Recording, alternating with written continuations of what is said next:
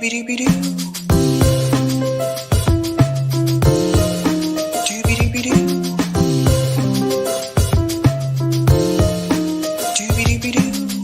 host, Sabrina Salvati.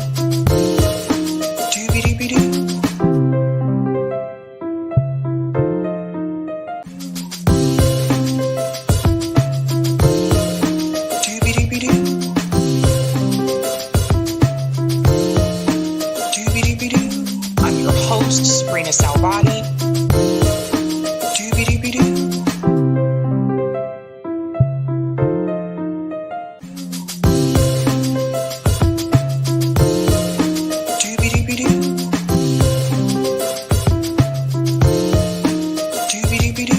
I'm your host, Sabrina Salvati.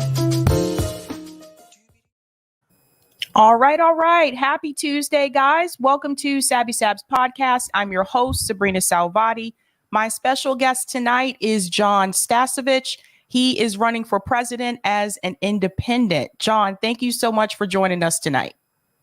It's really my pleasure. I recently became aware of you. Actually, I've been a Patreon member for Jimmy Dore for quite some time, Richard Wolff, Status Quo, and then I saw you. And I was trying to find something that I could disagree with you with. I couldn't. It was, wow, where has this woman been? So it's my pleasure to be on your show. Thank you so much and welcome. So our first question that I have for you is, number one, why are you running for president for 2024? And also, can you explain to everyone why you decided to run as an independent? Sure. Well, I've been an activist my entire life, going back to the 70s in Vietnam War. I'll explain more about that later.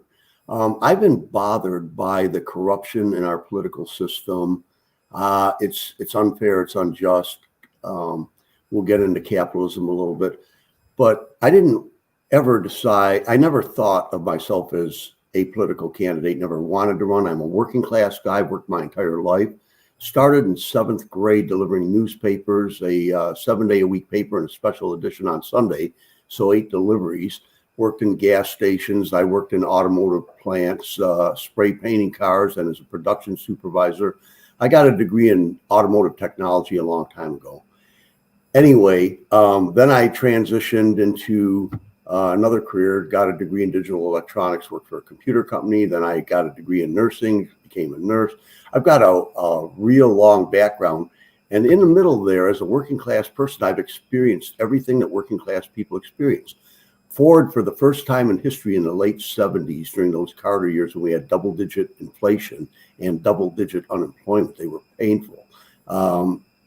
They laid off an entire shift of their truck plant. They'd never done that. So I lost my job, no fault of my own. I had a mortgage. I had kids, and I was responsible for. I was going to my neighbors collecting newspapers and paper to recycle so I could put food on the table. So I've been through it all. I've also been very successful in software sales for about 15, 20 years. I was a sales executive. I then became a nurse on neurology unit at U of M. So I've kind of done a little of everything, but I've really focused on human health, well-being, human psychology, mostly for my children's sake. And so that's what I've been busy doing my entire life. But I've been following politics, and I knew about the problems we have in this country with our corrupted system. The duopoly has a monopoly on political power. They've always had a monopoly on the presidency. And that's the people's house. So I decided I needed to run as an independent. I didn't want to, but nobody else was stepping up to the plate. A lot of people were talking, well, I'll research it, I'll think about it. I had to get engaged. So I felt obligated to, my children are successful, they're on their own. One is a speech pathologist. She works in the Farmington school system. She takes care of needy children. And my son is a physicist. He's a biophysicist, actually, professor at Colorado State. And he's done things no one's ever done before. He developed a device to see translation happening in live cells real time. So my children are healthy, happy, productive. I've done my job. I've got 5 wonderful grandchildren. And it was time for me to move on to the next thing. So I'm comfortably retired up here in Boyne, Michigan, Boyne City, actually. But watching the way the nation was going, watching all the needless pain and suffering in the working class, I just felt obligated to get involved and do something. I'm 71 years old, August 5th. So if elected, I'd be 73 years old. And for the first time in history, the American people would actually have a working class person that associates with them, that isn't living in a distant bubble, that can't relate to real life as a working class person in America, having to raise a family, having to raise children, concerned about our health, concerned about our neighbors and our community, and watching the corruption increase year after year after year. So that's what prompted me to do it. And the reason I went for as an independent is because, like most Americans, I've been disgusted by both parties. My personal belief is that we have one corporate corrupted party, oligarchy corrupted party, however you want to look at it, disguised as a two-party system for the purposes of dividing the working class voters against our own common interests. That's right. And across the political spectrum, whether you're a Republican or a Democrat, we have families, we have mothers, fathers, aunts, uncles. Our children's health, well-being is first in most people's mind. And that means we have to have economic security. The other thing that I've watched over the years, I grew up in Detroit, Michigan, or in a suburb of Detroit, Michigan. So I watched the race riots. I've watched racism my entire life, and it's never disappeared. I always knew as a white male that I was privileged. So even though I struggled, I knew there were people in our community, non-white people, who had greater struggles than I did. And I always felt that that was something that we have to deal with. And we have to meet it head on, right? It's socioeconomic. It's a matter of our history. And so the timing is also another factor. Lately, with the inflation, with the pandemic and the failures we've had there, give you an example of what I mean failure with the pandemic. China, 1.4 billion people. In all of China, including Taiwan, Hong Kong, and the outer areas, they had 20,000 deaths, okay? The United States, 332 million people, I think, according to the last census, exceeding 1 million deaths. That's a failure. That's a failure. Economically, people living pay to pay, poverty, homelessness, people living in the streets, families living out of cars and tents. It's just absolutely outrageous. The pain level has finally hit working class Americans that are a little higher up in the economic scale, middle class people who had a pretty comfortable life. It was easy for them because of their own personal comfort, drive down the street, see homeless people in tents, and kind of look the other way. Yep. Right? But now the pain is hitting home. So the timing is right. And it's time for Americans to unite. We can't succeed as a people, as a nation, unless we're united. And we're more divided than ever. And I think you know that. And of course, this is the purpose of the political theater, to divide us. They want to divide us down the race lines, gender lines, red versus right, left versus, or red versus blue, right versus left. Those are all concocted things. And then the wedge issues. They're always coming up with wedge issues. We are all human beings, and we're all related. And we know that by DNA evidence. We're all cousins, for Christ's sakes. So when we talk about the health of our families that we all share and a concern for our children, that's something that we have in common, and we shouldn't allow these two major parties to divide us the way they have.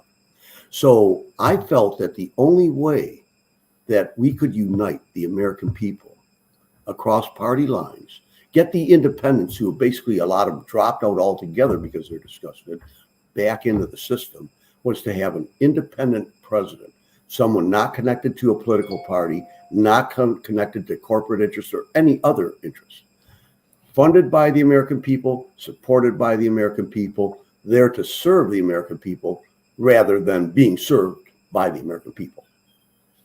That's right. That's right. Yeah. Can you explain to everyone your political strategy? And I ask this question because there's been a lot of hate against third parties recently. Also, I don't know if you've seen this, but people are blaming Jill Stein and Susan Sarandon again on Twitter for the reason why things are the way that they are.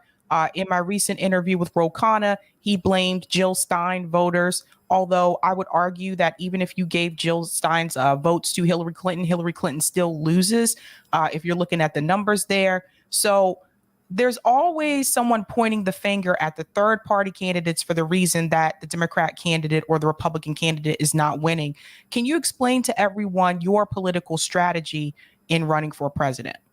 Well, of course, the first part is having people recognize the history. Okay, so as an example, we saw Bernie Sanders build a movement and then abandon it to support a major party, a corporate corrupted figure, both Hillary Clinton and then Joe Biden. Well, for the progressive groups that supported him, that blew their mind. It was clear to me, I don't know what's in his heart, but I know what he did. And what he did is exactly what you said. He abandoned his movement. I'm not going to do that. That's number one. Okay. And this campaign that I'm conducting, I want to make sure everybody knows this is not about me. This is truly about us. I voted for Jill Stein. I supported Jill Stein's court case against the FEC. And so I've gone the third party route. I love Jill Stein, and I agree with the third party platforms. The only problem is they have not been successful. So as an independent, I'm going to have the ability to reach out to the progressive groups, which kind of naturally agree with Bernie's agenda, with Jill Stein's agenda. That should not be a hard sell. I'm going to reach out to the non-white community. They have been most victimized by the system economically. Okay? And so I know it's going to be hard for them because the way the system works now is everybody is voting out of fear. Yes. So if you're a Republican, you're voting for Donald Trump, not necessarily because you agree with everything he stands for or anything like that, but out of fear of what the Democrats may do. Okay. And if you're a Democrat, it works the other way around. You're voting for Joe Biden, not because of Joe Biden's policies or his history and in Congress, but because you fear, say, Donald Trump. Everybody's voting out of fear. We see that hasn't worked. Ever since Ronald Reagan, it's been a downhill slide. Richard Wolff, which you've had on here many times, talks about the economics. Yep. The economics are the driver for everything in a capitalist society. We have to face some facts about our economic system. For working class people, it's a failure. Okay. That's right. It is inefficient. It's ineffective. It's destructive. It's unstable. It's unjust. And it's unsustainable. That's a failure.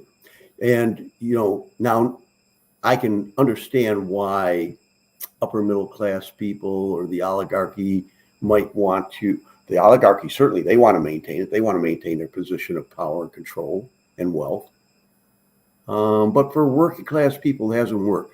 So for me, at this point, with our history of swinging back and forth, of trying third parties, everything that hasn't worked, I think the American people are ready to start thinking about another option. Okay. The presidency, that is the most powerful political position in the nation, maybe in the free world, maybe in the entire world. That should be owned by the American people.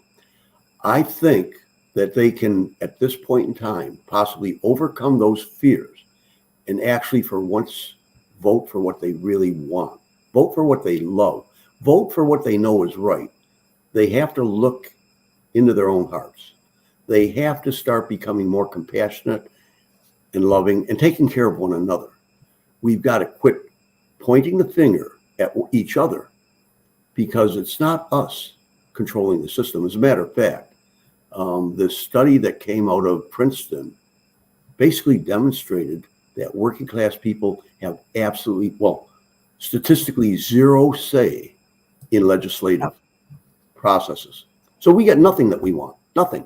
You've got nothing to lose. As a nurse, I've studied healthcare. Raising children, early on, I started studying psychology, and I was interested in cognitive psychology and human developmental psychology and behavioral psychology. I needed to know that so that I could raise healthy, productive kids. I had to work hard to support them to get them through college. They came through college without debt. That's how they were able to start their lives, raise their children. I don't just want that for my kids. I want it for every kid. So when I heard the words, which were really used by the No Child Left Behind, that's not, when I think of No Child Left Behind, I mean absolutely no child left behind. I don't understand our education system. Why don't we have a public education system that everybody has to attend? When everyone has to attend the same system, we don't have a tiered system. Guess what? Everyone's going to support it. When the wealthy have to send their kids to a public school, just like the rest of us, they're going to support that school. Yeah. Right? We have a tiered system. So apparently in our current society, everything is tiered based on economics. And so the poorer you are, the less you get. The That's marketplace and capitalism, Richard Wolff's explained this many times. We know how unjust and unfair that is. When you put it into the marketplace, the one with the most money always gets what they want, and the ones that have nothing always lose. Matter of fact, even Socrates looked at the market and said, this is outrageous. It's a disaster for humanity because capitalism in a marketplace automatically puts people in contention with one another. So you've got a person on one side that wants to purchase for the lowest price, purchase a guy on the other side wants to sell for the highest price. That's conflict. That's built-in inherent conflict, and that's what capitalism is. He knew that was unhealthy for a civilized society. He knew it divided people. Now, what would you do if you had a system, an economic system, that instead of promoting competition and tension between the players, promoted cooperation, collaboration, organization? The Hadron Collider in Geneva, Switzerland. A guy named Lawrence Krauss is a physicist, one of the guys that I love to follow. He talks about this all the time. This is the most complicated machine ever built by mankind. And it took thousands of scientists from hundreds of countries speaking dozens of different languages. When you cooperate, collaborate, and organize, that's what we can accomplish. That's what we can accomplish as a society. And the only thing that's stopping us is an oligarchy that wants to maintain the status quo, and our own people who have been victimized by propaganda and political theater for so long that they don't know which way is up. They can't even vote in their own interest. That's what I want. So my strategy is to change what people believe. The common belief is, oh, you're an independent. You can't win. It's impossible to win. That's merely a belief. And we know cognitive human psychology says, the premise is that we don't act in accordance with the truth. We act in accordance with the truth as we believe it. So if I believe you can't win, why would I ever work to help you win, right? So my challenge is to change belief, to empower people, to tell them you can make the choice. We have the power. Just think about it from a mathematical perspective. Mathematically, 99% of us are out there, and then there's 1% that make all of the decisions that impact every one of our lives. 99 to 1. Who do you think has the power. We do.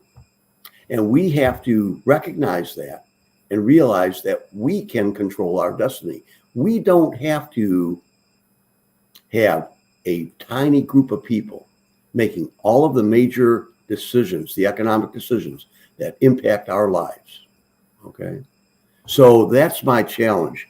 And of course, given the corruption in the system, and you had people on who have tried to get ballot access, and these two parties have, I want to build such a mass movement and get so many people signing up to work with me to get me on the ballot that there's no question. They can't stand up against 99% of the people. They can do a lot of things, but when we're united, when we start working together, when we stop allowing them to divide us, we're going to win. They know it, and I know it, and I just have to convince the people.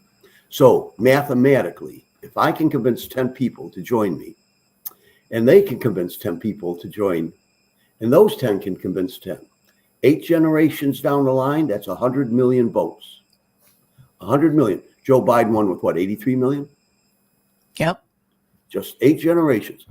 Word of mouth. Everybody knows 10 people. You could be standing in line at the grocery store and talking to somebody about justice. You know, my 5-year-old granddaughter understands justice. When things don't go right, she knows it. And we do too. Even though our system has got us so fouled up and so turned against one another, not trusting one another, not loving one another. All of the things that we know in our heart, we learned before we were 5. You learned it in kindergarten, for Christ's sake. Why is it we forgot it? That's been by design. Yep. And we know. So when you say, what is my strategy? That's a part of it. When I get there, here's something I should tell you. During the Vietnam era, there was a draft, and they had a lottery. My number came up as 58. So every birth date, every date of the year was assigned a number. My birthday, August 5th, was number 58, if I remember correctly. In other words, I was going to be going into the military. Okay. I wanted to serve my country, but I was conflicted by having to kill other working class people who, in my view, have never done anything wrong. And I know Smedley Butler, a major general back during World War I, explained to all of us that all of the wars that he participated in were simply for profit. Wars for profit, not to make life better for Americans, maybe a few Americans, to make them wealthier, but for the mass of people, no. And he stood up in front of the White House after World War I. The soldiers were promised compensation because they were low paid while they were in the military and they sacrificed, right? They come back, and so they end up going to standing in front of the White House in an encampment to try to get the money that they were promised. Smedley Butler stood by their side. And they sent in the troops to disband those veterans. And veterans are not treated well today. Same darn thing, right? They sacrifice.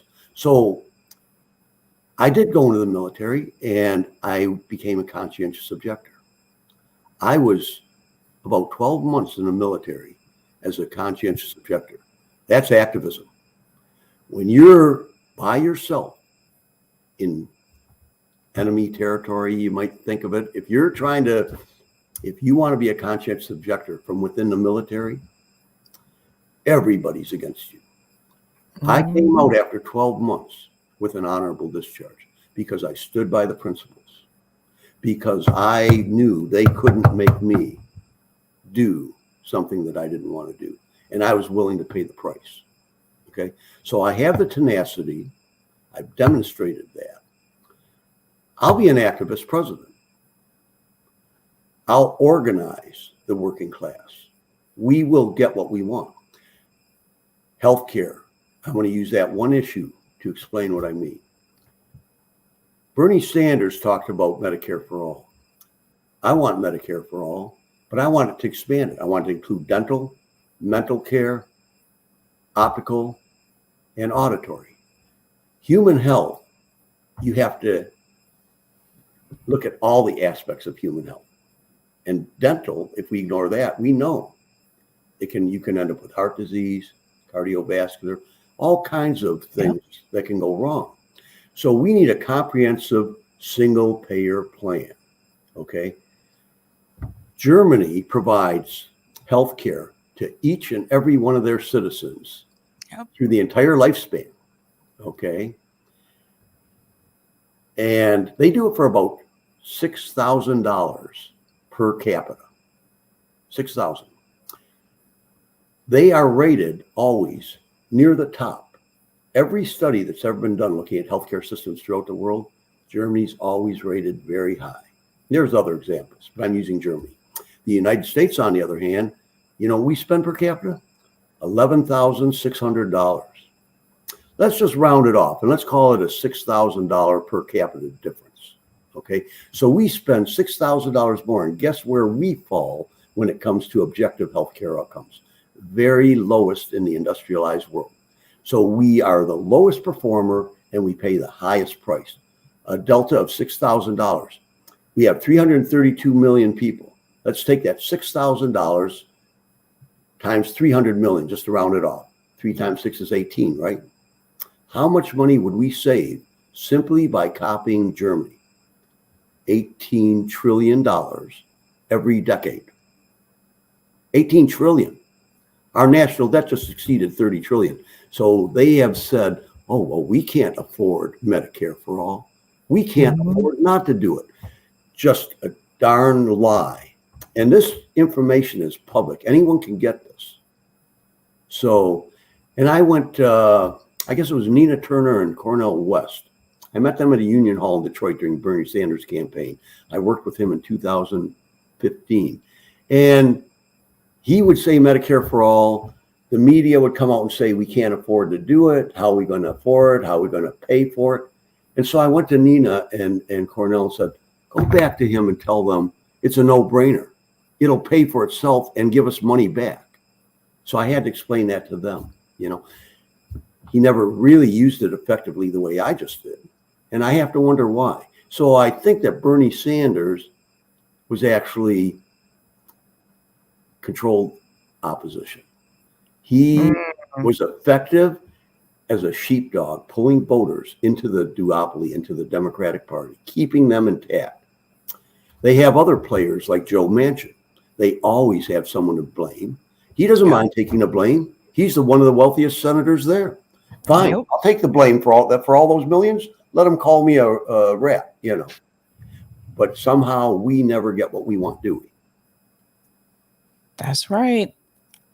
I mean, it's interesting too with Bernie Sanders, because one of the things that I think really frustrated me about him during his campaign, even though I supported Bernie Sanders, donated to Bernie Sanders, I was really frustrated with the fact that he would not call out the DNC. He would not call out the media when he knew the media was smearing him and was lying about Medicare for all. Bernie Sanders would not call it out. Even after he lost, at that point, I said, what do you have to lose? Why don't you call it out and tell people how the DNC cheated, what they did in reference to you and Hillary Clinton, what they did in reference to you and Joe Biden, how they were able to bend the rules so that Mike Bloomberg could join the debates last minute. Bernie Sanders would not do it. And I had to ask myself at this point, even if they're going to push him out of the Senate, whatever, have be it, because at this point, I'm like, Bernie Sanders can just retire. He's a millionaire. He can just retire. So why was he so afraid? Why would he not speak out? Why would he not push back on the Democratic Party? So for me, there's a lot of frustration when it comes to Bernie Sanders, because you don't get to tell people that you're starting a revolution and you're starting a movement, and then you just walk away from it after you lose and you tell us to go vote for Joe Biden and join the corporate Democrats. Right. That's right. So we know now, don't we? I think that the evidence is pretty clear. That's what I like about you, is you're completely objective and rational. No matter, I'm like you, I supported him and I funded his campaign to the best of my ability. And I went door to door. I manned the phones. I was in his Detroit field office. I was as disappointed as anyone. And, you know, and after that, we saw the progressive movement fall apart. Some went to the Green Party. Some just dropped out altogether in total disgust, right? And I'm asking people, don't do that. You have to stay engaged. The only one we're the only ones that can change it. We can't expect any change that's going to help us to come out of the oligarchy that wants to maintain the status quo. It's up to us to do it. So I'm asking people to support me. Now, not just me either. One of the other things that I'm going to do strategically, I'm not going to pick. Whoever supports me, my base is going to democratically pick my presidential candidate, because I'm an old man. I may not be around that long, and we need someone that's smart and young and committed. So that's another part of my strategy. I want to pick my cabinet way, way, way before, so we know what we're getting. You vote for me, you're not just voting for me, you're voting for my cabinet. I would love to see Richard Wolff, Secretary of Treasury, you know, as an example. So that's another part of the strategy. I want to engage young people. You had Terrell Ventura on. He talked about his dad's campaign and what was successful. What did he do? He went to the colleges. I want to learn from him. He went to the colleges. I want to hit every major college in the United States. Now, for those that can afford to fund my campaign, I don't really want your money, but I do want your votes. But for me to travel, people are going to have to come up with some money to get me from place to place. I'm just a working class guy. I mean, I'm doing okay, but I'm on Social Security. I've got a small pension, you know. So for those that can afford, I'll ask them to help me get out there and get the word out. So I'm going to ask people to, I'm going to start with a core of highly committed people and hopefully use all of the mechanisms that have been successful for Bernie, for Jesse Ventura, and there have been other progressive leaders along the way who've done things that worked out very well. I'm getting a lot of volunteer work. I'll ask people to volunteer. You can't afford your money. Can you volunteer your time? I need help getting on a ballot. So on my website, you can go there and there's a form, help Jon get on a ballot in all 50 states. Okay. So people can volunteer and say, I'll keep the ballot at my home. So I can go out and sort by state through the database, and I can publish out to each state when it comes time to sign their petitions or whatever the rules are. As you know, each state is different. But when it comes time, I can say, these are all of the addresses in your state where the petition is for you to sign. So I'm asking people to volunteer to get those petitions, keep them at their house, and then bring them back together and tabulate them. So I want to get a person in each state to manage each state. Then I'll have some national people or regional people to kind of coordinate and organize. So organization, the reason I started and announced so early is organization. The other thing I would say, and nobody in my family wanted me to do this. Let me say that. They wanted me, hey, Dad, stay up there, play with the grandkids. Let's all have fun. You got a great life. You worked hard. But I couldn't sit back because I know the answers. I know what the answers are. And I'm a good communicator, and I think I can reach people. And I talk to people from all walks of life, all different political leanings. And I find that if I engage them, mostly they listen and they do see this is a good way to go. So I think it's not a hard sell. This is not a hard sell, getting an independent person in the White House that will serve the American people. Yes, I think people are upset with both. I've spoken to so many frustrated people, and this started last year, even actually after Force the Vote. That's when there was like another split that happened on the left, but people were frustrated then. And then people were more frustrated when unemployment issues last year. And then now with inflation, people are just really angry. And I think this is the time to really we need to do something different. We need to go with a different strategy because we've tried putting progressives in the Democratic Party. And I want to get your opinion about them. They haven't been fighting for us. They've been voting along with the corporate Democrats, whether it's giving billions of dollars to Ukraine, whether it's voting for NATO. Right. They've been voting right along with them. So they're careerists at this point. I don't trust them at all. But I do want to ask, because I did talk about this with Cynthia McKinney recently. And I'm wondering, do you think that there is some type of, I know there's pressure on them, but do you think there is something that's kind of being held over their head that's preventing them from really getting in there and fighting for us? And I asked that question because Cynthia McKinney told me recently she wonders if she would have been able to push back and say no like she did when she was in office, if she would be able to do that today with Nancy Pelosi. So do you think there's something that they're holding over their heads, or you think they're just careerists? There's one way to find out. Put me in the White House. Because I'll find out if they want to work with me. Job one for me in the White House is get the money out of politics. I want publicly funded elections. I want zero money going out. Anyone that everybody knows money corrupts. Most of the CEOs that give millions of dollars to these candidates, they give to both parties because no matter who wins, they win. They always win, right? That's the oligarchy. They would fire their own employees who took money from vendors to get contracts. So they know it's corrupt. They know it's corruption, But when it serves their bottom line, because they're capitalists and profit is the only part in the equation that they care about is profit. So wherever there's profit, that's where they go. It doesn't matter if it destroys the planet. It doesn't matter if it destroys families and puts thousands of people or millions of people in unemployment lines. Profit is, and Richard Wolff talks about that all the time. This is a class war. Yeah. Plain and simple, this is a class war. We can organize. We can unite. We see that people are starting to unionize. The question I have, I want to make unions obsolete. I want to move beyond capitalism.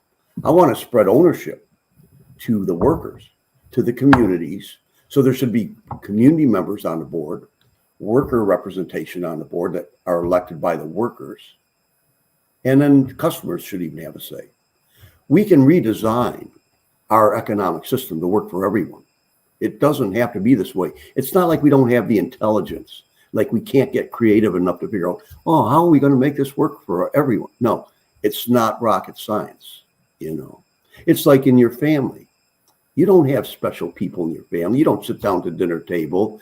Well, Auntie, you're not all that special, so we'll give you a carrot or two, but we're going to eat the steak and potatoes. Thank you very much. No, it doesn't work that way, does it?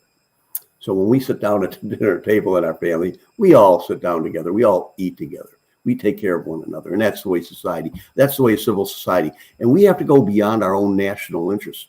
We have to, I'm anti-war, obviously, all violence. We learned long ago that violence is not an acceptable method for resolving differences.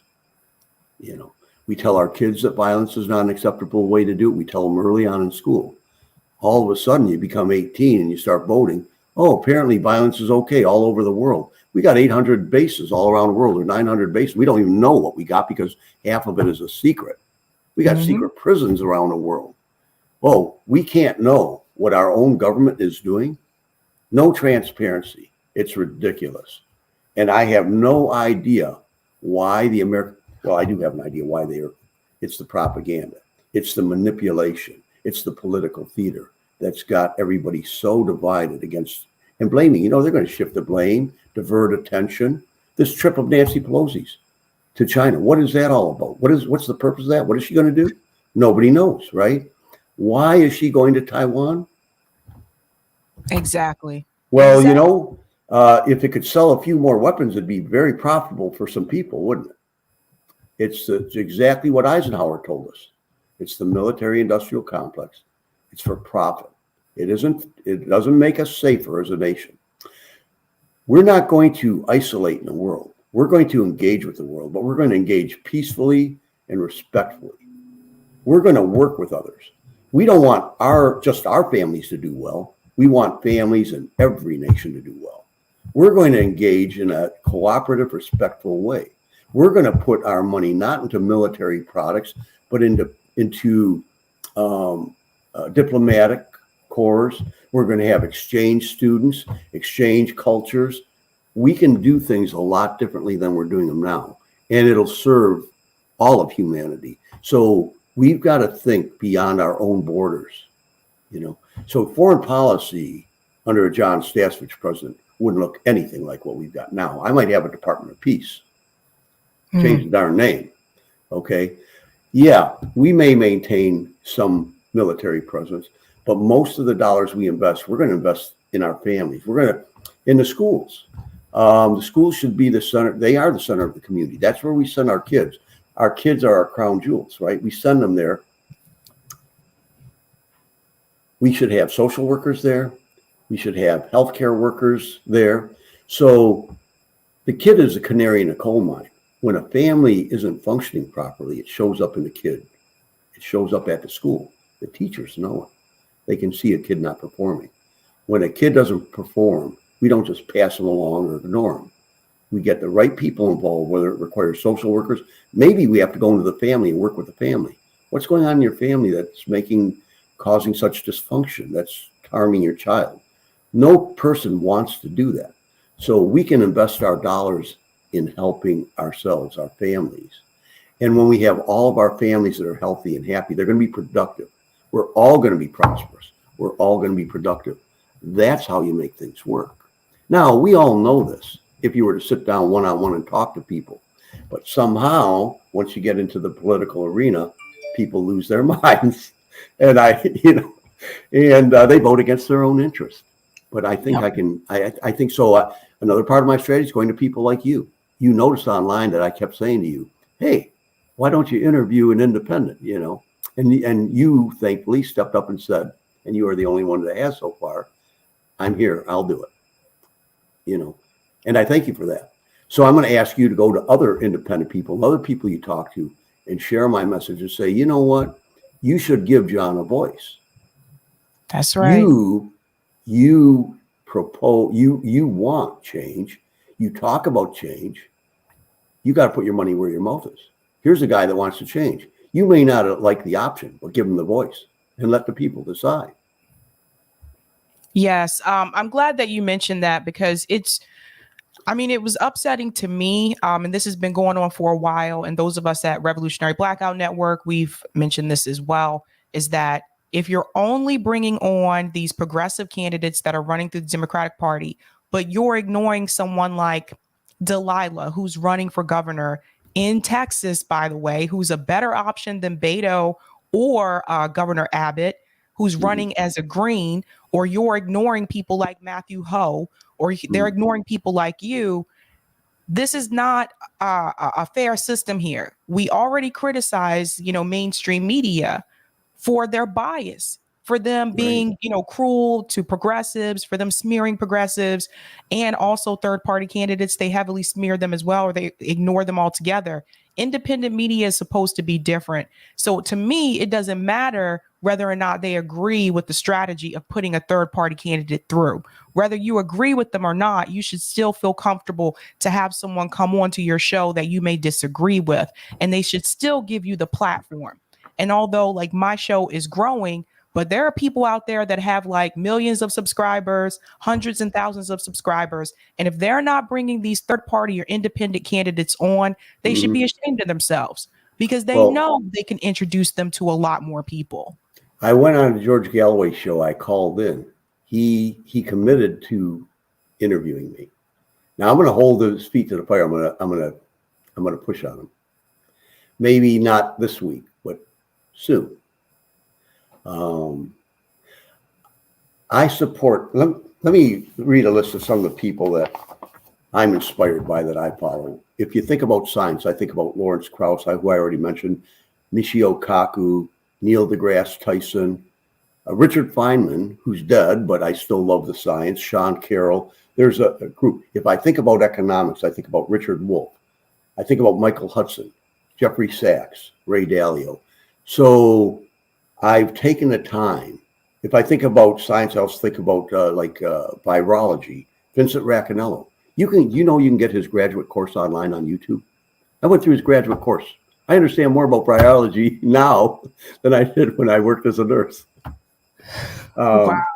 If I think about foreign policy, I think about guys like John Mearsheimer, who told us that Ukraine was our fault. This is not a guy that's anti-American, for Christ's sakes. He's been involved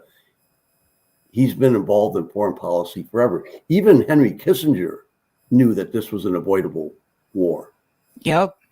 But you know what? It's a profitable war. Not only profitable for American oligarchs, but for Russian oligarchs as well. But, for the let's face it, the oligarchs don't have nations. They own the world. So this class war goes way beyond our nations. These people all work together. Our capitalists are all invested in China, aren't they? That's right. Yes.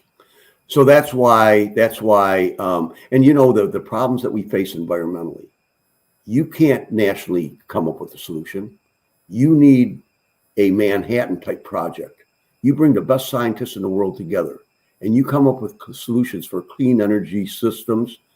And I can tell you that nuclear power is going to be a big part of it because of the energy density that's involved in it. Much safer, much cleaner than the old technology. And we're soon going to be getting to, fusion. The old reactors are fission reactors.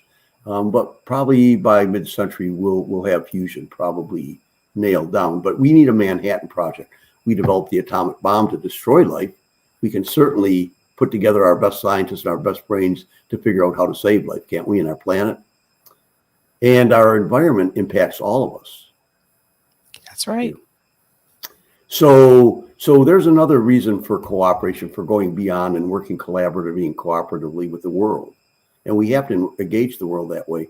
So I'm asking American people, the people on the left that are now voting green, yes, here's the deal I'd like to make with them.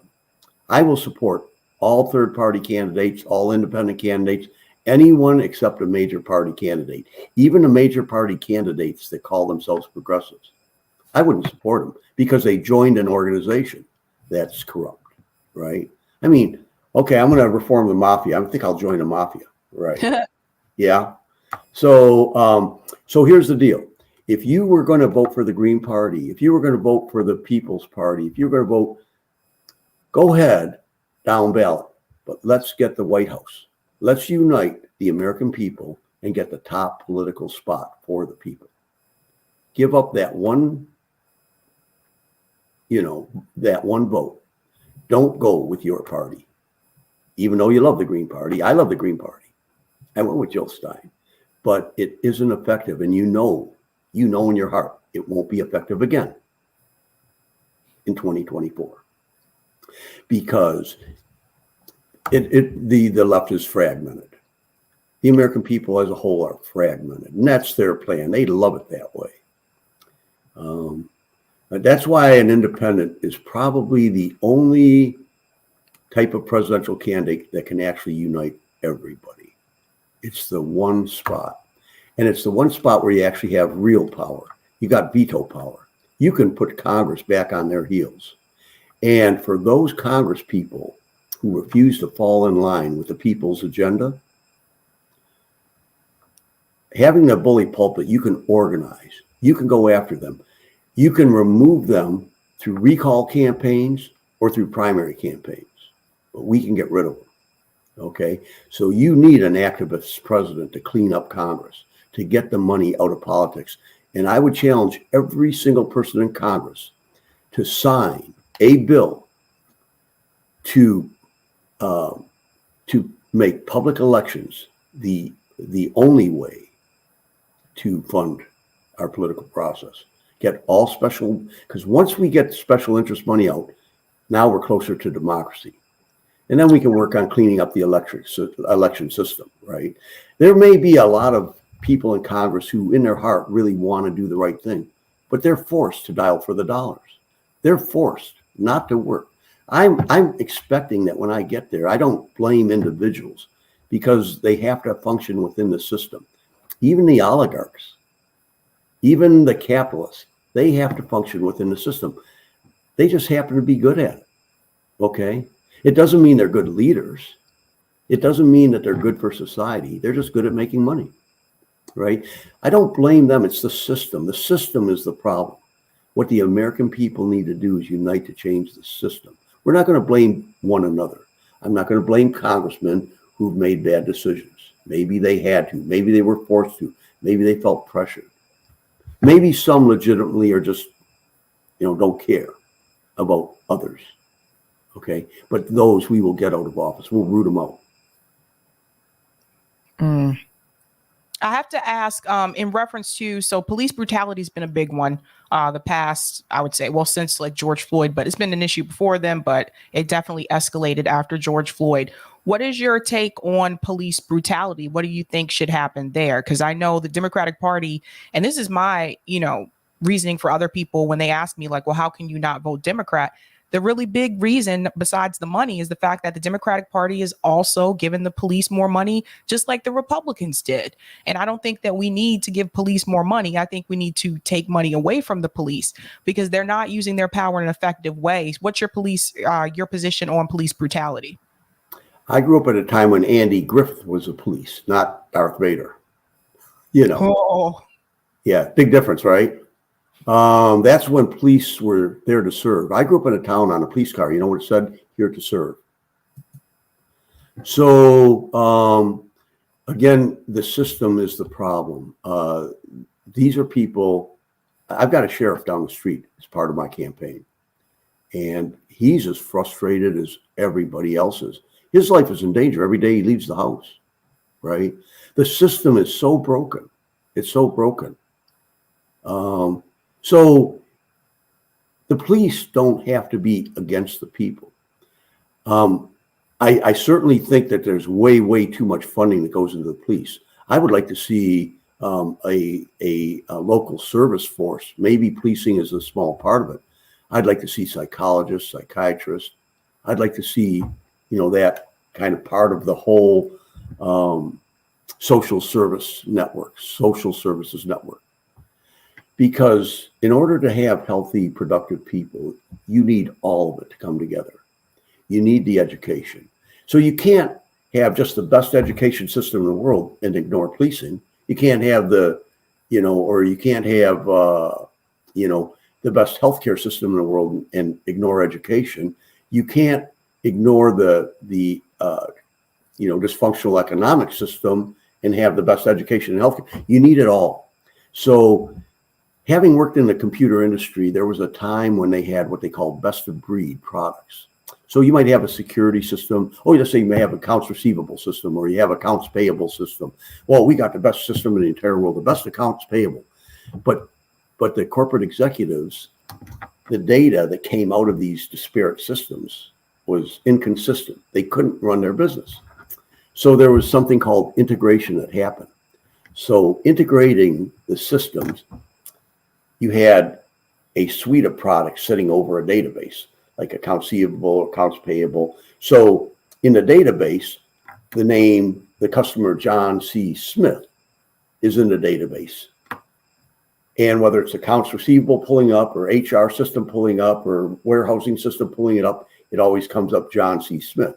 In the old days, accounts payable might have them in the system as John Smith. Another one might have them as J. Smith. And so you could never figure out what the heck's going on in my business. So we had to integrate to make it functional, to make it effective, the software systems. We have to do the same thing with social services. In order to have, as I talked about, integrating in health, you need mental, dental, all of it. You can't just have the best mental health care system in the world if you're not taking care of physical health care in a preventative way. That's another thing. We could save a ton of money with preventative medicine. So there's so many issues. But once we get the money out of politics, I would take I don't know who I would appoint for or want as head of Health and Human Services, as an example. But it's going to be somebody who will go and get the best minds in Health and Human Services together to put together. And they'll work in conjunction with someone from Education, Department of Education. And they'll work in conjunction and they'll come up with a comprehensive solution to social issues. We're going to give people what they need. We're going to invest where the need is greatest. So if we have a community in America where children are performing, then they're not going to grow up to be productive, healthy citizens. They aren't going to add to the general welfare and prosperity. That's where we're going to invest. The best investment you can make, whether you're a company, whether you're a father, or whether you're a leader of a nation, is in your people. Our people are our strength. And diversity in your population adds to that strength. Diversity is a strength. It's not a weakness. The way our political system and economic system today works is they divide us along those lines. They make it look like a weakness. But in fact, diversity is our strength because you get so many different perspectives. You get better solutions. But an integrated approach to human health and human services, that's what we need. Gotcha. One more question I do have for you as well, and this kind of goes along with policing. I always, tell my audience that we keep hearing that the crime rate is increasing, but I always connect crime to poverty because the majority of crime is poverty driven. Absolutely. How do you feel about, or do you have a plan, or I guess like in mind, to address the poverty situation, especially since more people are losing their homes? The homeless rate has increased. I know, especially here in Boston, it's happening across the country. I'm seeing tent communities pop up in Austin, Texas as well. Right. What would you implement in reference to the poverty situation in this country? Well, like Finland, I think we can look around the world and we see that different countries have tried different solutions. I think, in Finland that it's housing first. So for homelessness, they don't wait for them to go through a bunch of hurdles. Oh, you got to get off the drugs and you have to do. No, you put them in the house first and then you provide the services, right? So again, it's that integrated approach. See, the best way to solve a problem, if you take these problems one at a time, policing as if it weren't connected to human health or poverty or all of these, they're all connected. You can't just attack one. You have to have a comprehensive program to address human need.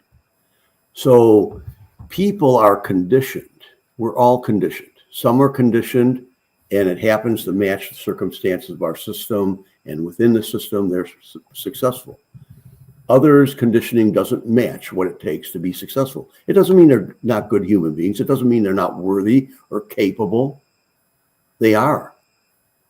The conditioning just hasn't matched. That's teaching is all about conditioning a person. Parenting is about conditioning an individual, right? And you condition them with love. So there's psychologists like Gabor Mate. I don't know if you know who he is, but you do. So, his approach to human health, he understands human conditioning. He's looked at all diseases, and it goes back to early trauma. So when you have a human being and you either you fail to deliver the basic needs that human being, either mentally or physically, those problems are going to show up later in life. And they're going to multiply. So the best way to solve a problem is to go to the root cause, the source. That's the most effective and the most efficient way. It's the least expensive.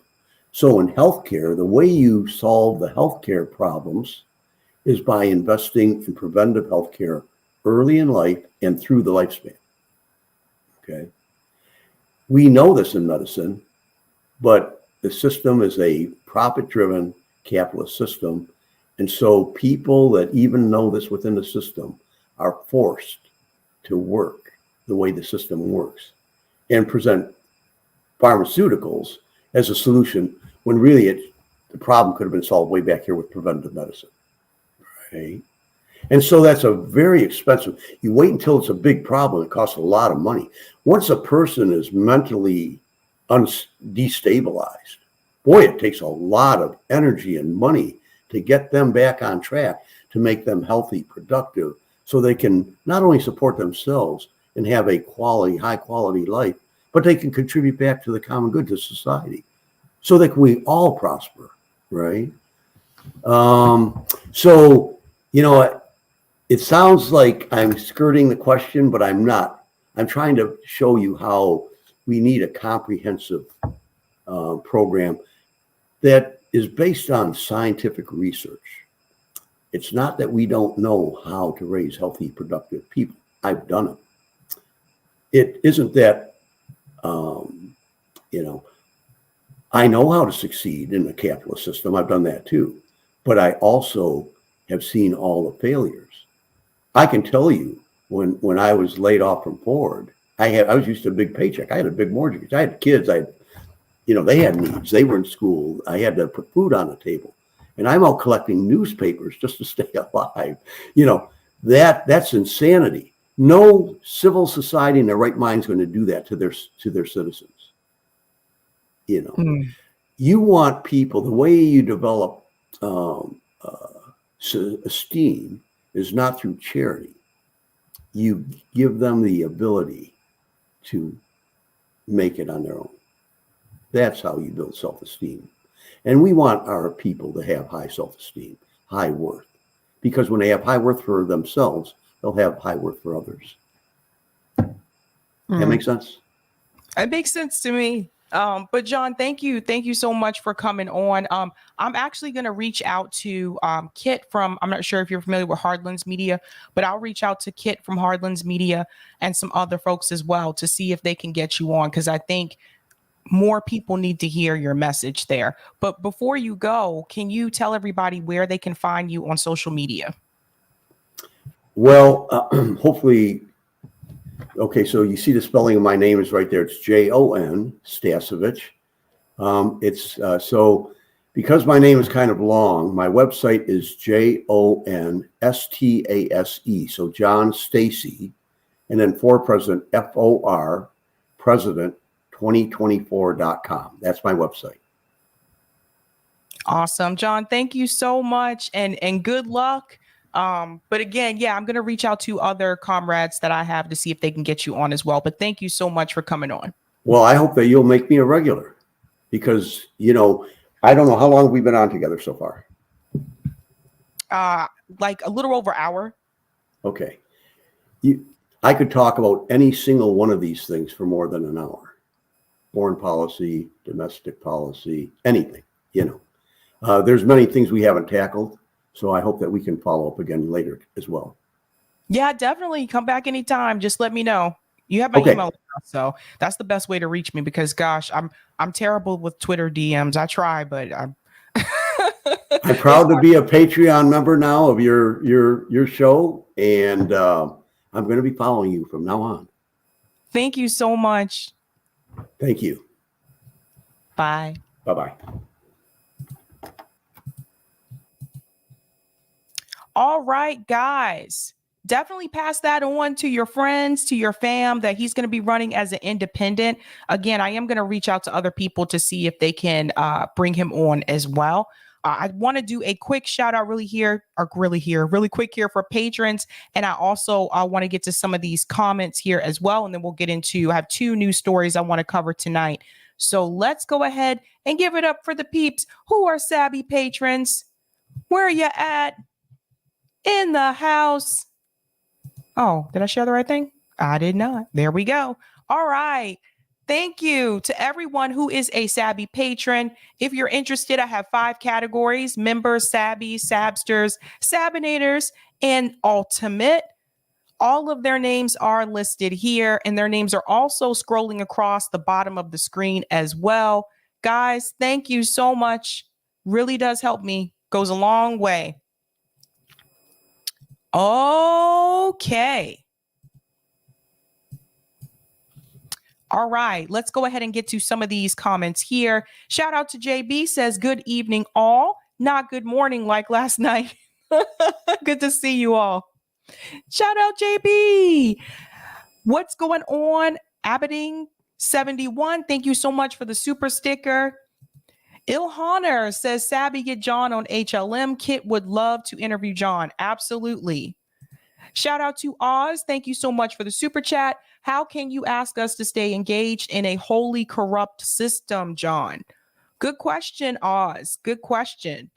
Shout out to Roger Meadows for the super chat. Worker co-ops, you say? Oh, you got me. Now, PO and public banking, ballot initiatives. Thank you so much for that. Jared says he kind of reminds me of Mike Gravel. I was thinking the same thing. I had the same thing up here. Shout out to Intermediary Fossil for becoming a Sabby member. Whoop, whoop. Tammy says, OMG, he is so cute. All right, Tammy, you hitting on the guest now. And Maxine says, thank you for the mug. Oh, you must have received it today. Awesome. Maxine got his Sabby Sabs mug. I have a Sabby mug too. I really like it. I really like it. And I want to give a thank you on Rockfin. I think I have a tip here. Thank you for the tip on Rockfin, Jean. Thank you so much. All right, guys, what else are we going to discuss tonight? I got two stories I want to talk about. Should be pretty interesting. Tonight, we are going to discuss Richard Wolff and Marianne Williamson democracy. So that was an interesting discussion. You guys know that I have been following Richard Wolff's economic update. I really want to talk about that discussion because they said some interesting things there. I'm also going to talk about Joe Manchin confusion. We need to talk more about this bill that he has said that he now will, approve. He will vote for. But there's some things about that bill that I think you need to know. And then also, of course, Jon Stasevich was just here. So here we go. All right, let's go ahead and get into the first story. I'm going to go ahead and connect to the type VNC here. All right. Let's get into this story about Joe Manchin. Now, you guys may know that the House has pretty much approved this climate bill. Now, this climate bill is not just about climate. There are other actions involved in this as well. But I have to say this. There are some items that are most likely to either be removed from this bill or not be included in this bill. And I think you're going to want to see what those items are. I told you a little bit about the bill a couple of days ago, but this is going to take a deeper dive into it. And I really want to focus on what they're leaving out of this bill, which I think is important. And then I think you'll understand why Joe Manchin changed his mind and decided to back this bill. Now, there's still the question of Kyrsten Sinema. Who knows what she's going to do? She just kind of blows with the wind. But you need to see this. So I want to give a shout out to Case Study QB for this. Always doing great work, of course. A lot of people right now on mainstream media are applauding Joe Biden because they're saying, yes, he's bringing people together. He's able to get Joe Manchin to agree on something here. But what exactly is Joe Manchin agreeing on? Let's check that out. So here we go. Welcome back. Democrats and the president need a win ahead of the midterms. And this week, they could get one with a Senate vote on a bill brought back to the dead, from the dead, I should say, by Senators Joe Manchin and Chuck Schumer. In it, climate provisions, health care changes, tax reforms. Let's pause there for just a second. So this is what's in: climate provisions, healthcare changes, and tax reforms. The healthcare changes, from what I remember, involve prescription drug prices. They're trying to lower those. Again, I would want Medicare for all and us not have to even worrying about lowering them, because all of those things will be covered under it. But that is something that they're trying to do here. The climate provisions, I believe I discussed those. I didn't feel like they went far enough because, like I said, the things that were mentioned, I feel like those are band-aids. If you really want to do these, bold climate improvements, then you would stop funding the military industrial complex, right? You would stop having these never-ending wars. You would stop that because that is the largest single most polluter in the world, not just in the US, in the world. That's why I say it doesn't go far enough. You would have something in there about public transportation because we don't have great infrastructure in this country. We have major cities in this country that don't have any form of public transportation. We don't have high-speed rail. I didn't see anything about that in there. We need to get people off the road. We need to get people to be able to take public transportation. But the reality is, if you don't have it where you live, then you can't take it. And we need to improve the infrastructure and the public transportation system that we have now. And that would also help with climate. But I didn't see anything about that in there as well. Let's go on with this video because she's going to go on to tell you what is probably not going to be included, and it is not going to make you guys happy. If passed, this would be the largest climate investment in U.S. history, aiming to slash 40% of greenhouse gas emissions by the year 2030. It includes tax credits for electric vehicles, along with home energy tax credits, and billions for clean energy manufacturing. Okay, let's look at this for just a second here. 40% drop in U.S. emissions by 2030. It is now 2022. We really needed that 40% drop like today. Really, like today. So it's just, again, it's not enough. And those of you who are really involved in climate activism, you know this is not enough. Electric vehicle tax credits. Again, I have no issue with that. But electric vehicles are also not cheap. Let's be real. So not everyone can afford to buy an electric vehicle. Some companies already give you tax credits for having an electric vehicle. But I digress. Let's move on. Home energy tax credits. Again, those are things that people who have the money to do it can afford to do it. I would love to have like the solar panels, to have all solar energy. I would love that. But those things cost money. So again, it's like, who is this really affecting? Who's going to benefit here? This is not bold. Billions for clean energy manufacturing. Okay.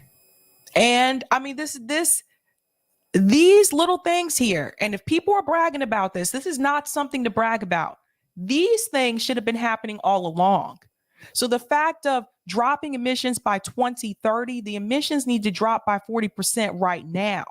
By 2030, we're already going to be deeper and deeper in this climate mess. So that's something I wanted to point out. She's going to brag about it because that's her job. She's there to prop up the Democrat candidates. That's what CNN does. So just keep that in mind. This is not bold.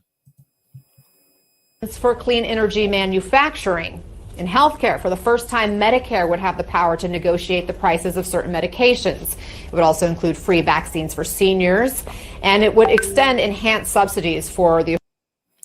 First of all, let's ask ourselves these questions. First of all, free, I'm going to say jabs because you know how this YouTube is. Free jabs for seniors. Why didn't they have that all along? If you're retired and you're on a fixed income, why are you having to pay for something like that anyway?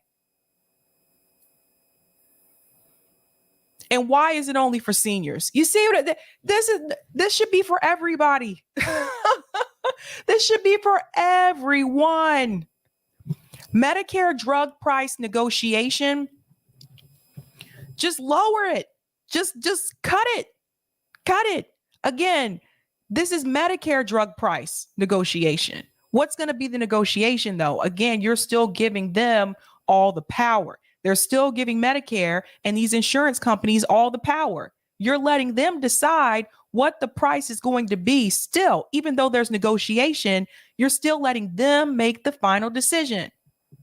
This is the problem. Affordable Care Act subsidies. All of this could be summed up with just give everybody Medicare for all. Just give everybody health care. All these little baby steps. It doesn't make any sense to me. It really doesn't. This country is so backwards. Affordable Care Act coverage for 3 years. On tax reform, the bill would impose a 15% minimum tax on the country's largest corporations, which it should be more than that. It should be more than 15%. Guys, I want to remind you, Amazon didn't pay any taxes. None. Last year, maybe not last year, but I know for certain 2020, Netflix did not pay tax. What, you're only going to give them 15% after they got off paying nothing for the past couple of years? Does it? What? Let me tell you what 50% means. You ever go to the store and you're shopping for yourself? Let's say you're going to buy, I don't know, a dress, a hat, something, and they have a sale. And the sale says 15% off. Sounds like a good deal. You buy the item, you get up to the register, and then they tell you what the price is, including the 15%, and you realize it's really not much. This is what's happening here. 15%. You can tax them more, they can afford it, and they can pay for it. They've gotten off for free for years. Which could raise $313 billion over a decade, according to one analysis, would also give the IRS more funding for enforcement. Now, it is worth noting here that the current corporate tax rate is 21%, but companies like Amazon have found various loopholes to get around it. For example, and who's to say they're not going to find a way to get around it this time? Current corporate tax, you guys see this? Look. The current corporate tax rate right now is 21%. Let me just take you back to what she just showed you. Let me go back to that other picture. According to one analysis, 15. How did we go from 21 to 15? Did anybody see the problem? A minimum corporate tax of 15%. But the current corporate tax rate she just told you is 21%. What? I want everybody to see this. Let's go back to the 21%. Right there. Current corporate tax rate, 21%.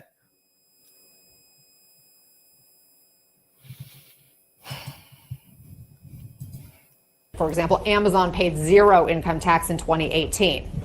What's likely not included in this bill? A lot that many progressives had wanted, including universal pre-K, food aid for kids, paid family sick leave, and you can see so much more. Hearing benefits, affordable housing funding.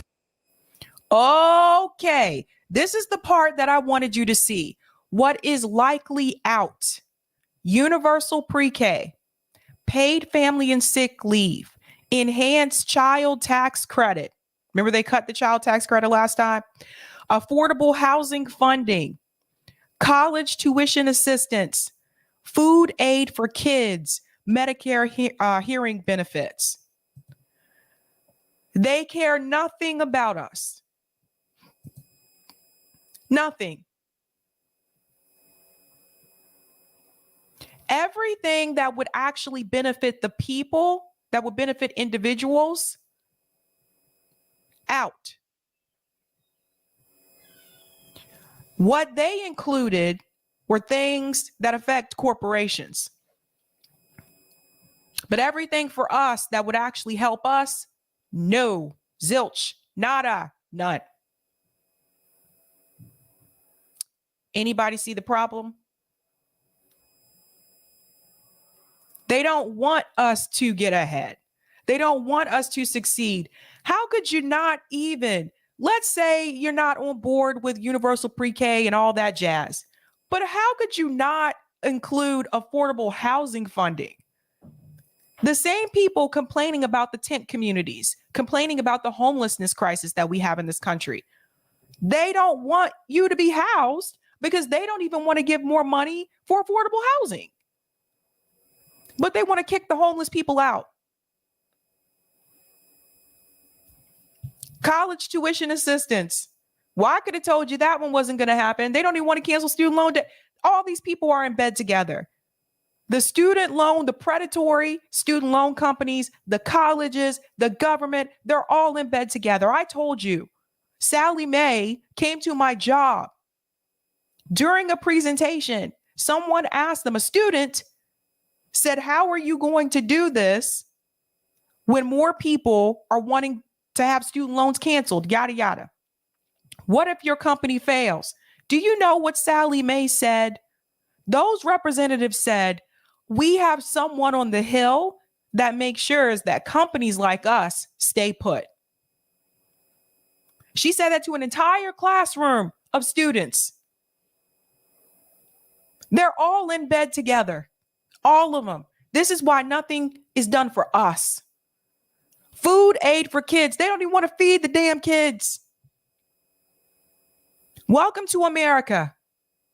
They say at the Olive Garden, when you're here, your family, when you come to America, when you are here, you are on your own because the government doesn't want to give you anything. This is a joke. Now do you see why it was easy for Joe Manchin to change his mind? College tuition assistance, that's likely left out of this bill. But whether the bill passes may boil down to one moderate lawmaker, Democratic Senator Kyrsten Sinema, who hasn't said yet whether she's going to support it. And CNN congressional correspondent Jessica Dean is on the Hill for us. Jessica, Democrats can pass this bill without Republicans through reconciliation, but they have to have every single Democrat on board. So where do things stand right now? That's right, Anna. So that's the asterisk in all of this, right? You need all 50 Senate Democrats on board with this, as you just mentioned. And so all eyes are now turning to Arizona Senator Kyrsten Sinema, who has not publicly commented on any thoughts on this bill. We've been told by her office that she wants to read it. She wants to see what the parliamentarian rules on this, and that then she will make up her mind. But what we do know is that in the past, she has expressed concerns over closing the loophole on something called carried interest, taxing something called carried interest. So does that remain? Kyrsten Sinema, to me, is an absolute clown. I don't know why Kyrsten Sinema is even there at this point. Her main role is let's vote against anything that's good for the people. Let's vote against Democrat legislation. I don't know why she's there. I really don't. So let's see what happens, folks. Like I said, again, this is another bill that is mediocre at best. But let's see if Kyrsten Sinema stops this from going through. Let's sit back and watch what happens.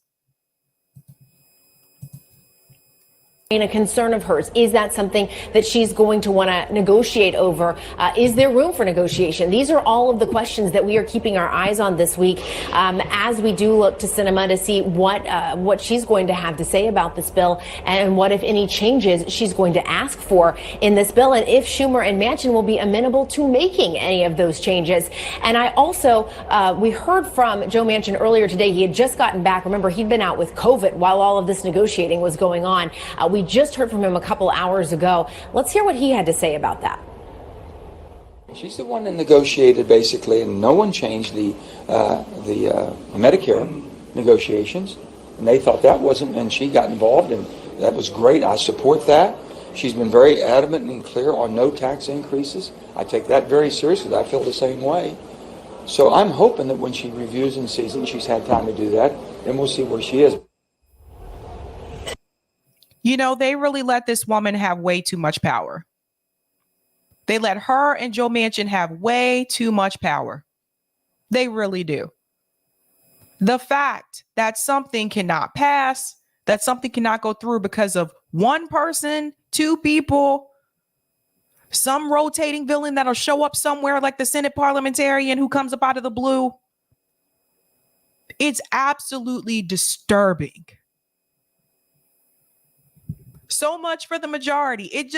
One person, even if you have the majority, that one person can stop everything from getting through. I believe it's set up that way on purpose. Now, there's something else I want to show you in reference to this bill as well with Joe Manchin, because people are saying that this actually may hurt Joe Manchin's support in West Virginia. Can you believe this? Him supporting this bill can hurt his support from people in West Virginia. That's what they're saying right now. I'm going to play this clip from Case Study QB, but I do want to remind you really quickly, you have to know West Virginia does not rank well in education. It's at the bottom of the list in education, at the top of the list when it comes to poverty. I don't know why people in West Virginia continue to vote for this guy. He has done absolutely nothing to help the people. And he is very rich. One of the richest senators. And he's sitting up in his house looking down at everybody else, all the poor people. I don't know why this continues to happen, but listen to this. This is from Case Study QB. Again, shout out to Case, but you have to hear this, you guys. I thought you'd find this pretty hilarious. I can talk quickly about Manchin. Poppy's reporting on this has been stellar, and I encourage folks to go and follow him. And his latest writings on this are important, saying that Manchin has been negotiating all along. What I am interested to see is how this impacts him in West Virginia, a red state. He has been very popular in that state, but in his recent reportings, he says that back when the larger spending package, the Build Back Better package was out, 60%, nearly 70% of people in West Virginia would support him, but that number would go down to 60% if he were to support some type of negotiated spending plan, which is what we're talking about here. And the question is, why did he do it? And what we see in Washington, love affairs are very transactional, and he went from hero to zero with those on the right. Now he went from zero to hero with those on the left because of this. And it will be interesting to see how Kyrsten Sinema supports this and whether or not we get this across the finish line. Yeah, we're also hearing from the junior senator there in West Virginia, Shelley Moore Capito, who says she was surprised by this, that it's bad for the state. We'll see what the fallout is there. Did you hear that? That the junior senator in West Virginia said that she was surprised by this and that is bad for the state. Bad for the state. West Virginia, where you have people, Paula Jean Swearengin did all of this. If you haven't watched that documentary, Knocking Down the House, Paula Jean Swearengin showed you all the houses where so many people have cancer because of the pollution in West Virginia, because of the companies polluting the air. Poor state, low education, poor education, economically poor. Climate issue should really be of interest to people in West Virginia. And then you have the junior senator there in West Virginia saying, oh, I'm really surprised by this. This is not good for the people in West Virginia. Well, what is good for the people in West Virginia? Is it good for people in West Virginia to be poor? Is it good for people in West Virginia to have to worry about developing asthma and black lung and cancer because of the environment? Is it good for people in West Virginia to go to poor schools? What is actually good for the people there? Because it seems like Joe Manchin is always the voice for the people in West Virginia. I would like to see CNN and MSNBC, I would like to see them talk to people in West Virginia besides Joe Manchin, not these politicians, but the actual people. I cannot believe this. He will lose support for supporting this bill. They want the people there to continue to get sick and die. We have to call it what it is. Now, another issue that I do want to bring up in reference to this as well is whether or not progressives are going to go on board with this. Like I just told you guys, this bill is crumbs. It's not enough. It's not bold, But listen to this. And also, again, Case Study QB, I told you he's killing it. Shout out to Case for this clip as well. I want you to pay attention to the framing in this clip. Maybe let me start with you. The president now has a few wins. He's got the CHIPS bill. There was some gun legislation as well.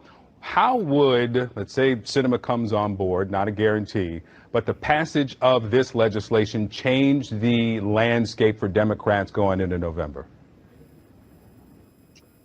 Well, Victor, the administration, with the help of Democrats in Congress, will make the case to base voters that this is a huge accomplishment, the most consequential action on climate likely ever, and that they are going to see a big improvement in their own rising costs with a new negotiated prescription drug reform. So they're going to be able to campaign on this. There, of course, are going to be progressives in the party who were promising last year that the party needed to pass something far steeper, much broader, and that they would. They were disappointed with that result. And they have been telling the party leaders ever since that the base would simply not turn out. They were so dispirited and so disappointed they would be sitting out the midterm elections. It's going to take a united effort by all corners of the coalition on the Democratic side to paint this package as something very exciting and energizing that voters should turn out and support in November, and we'll see what the result of that is. But they are hopeful, obviously, because of new polling, that a combination of a bunch of bipartisan accomplishments with the anger voters are feeling in their coalition about the Dobbs decision will chalk up to renewed energy and interest in the midterm elections as a whole. Pay attention to this. Listen to this again. I want you to catch something that she said here. Maybe let me start with you. Just going to scoot a little bit further down. There we go. A new negotiated prescription drug reform. So they're going to be able to campaign on this. They're going to be able to campaign on this. You heard that? Okay. Keep that in mind.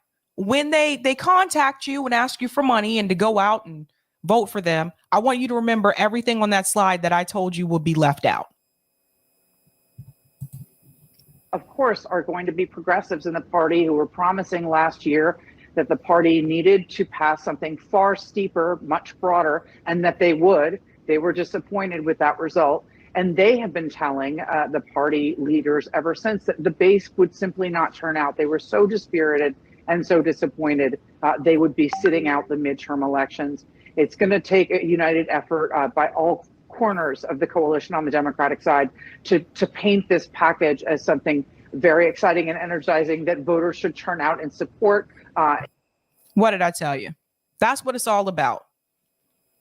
That's what it's all about. Voters to turn out and support. You know what they're not counting?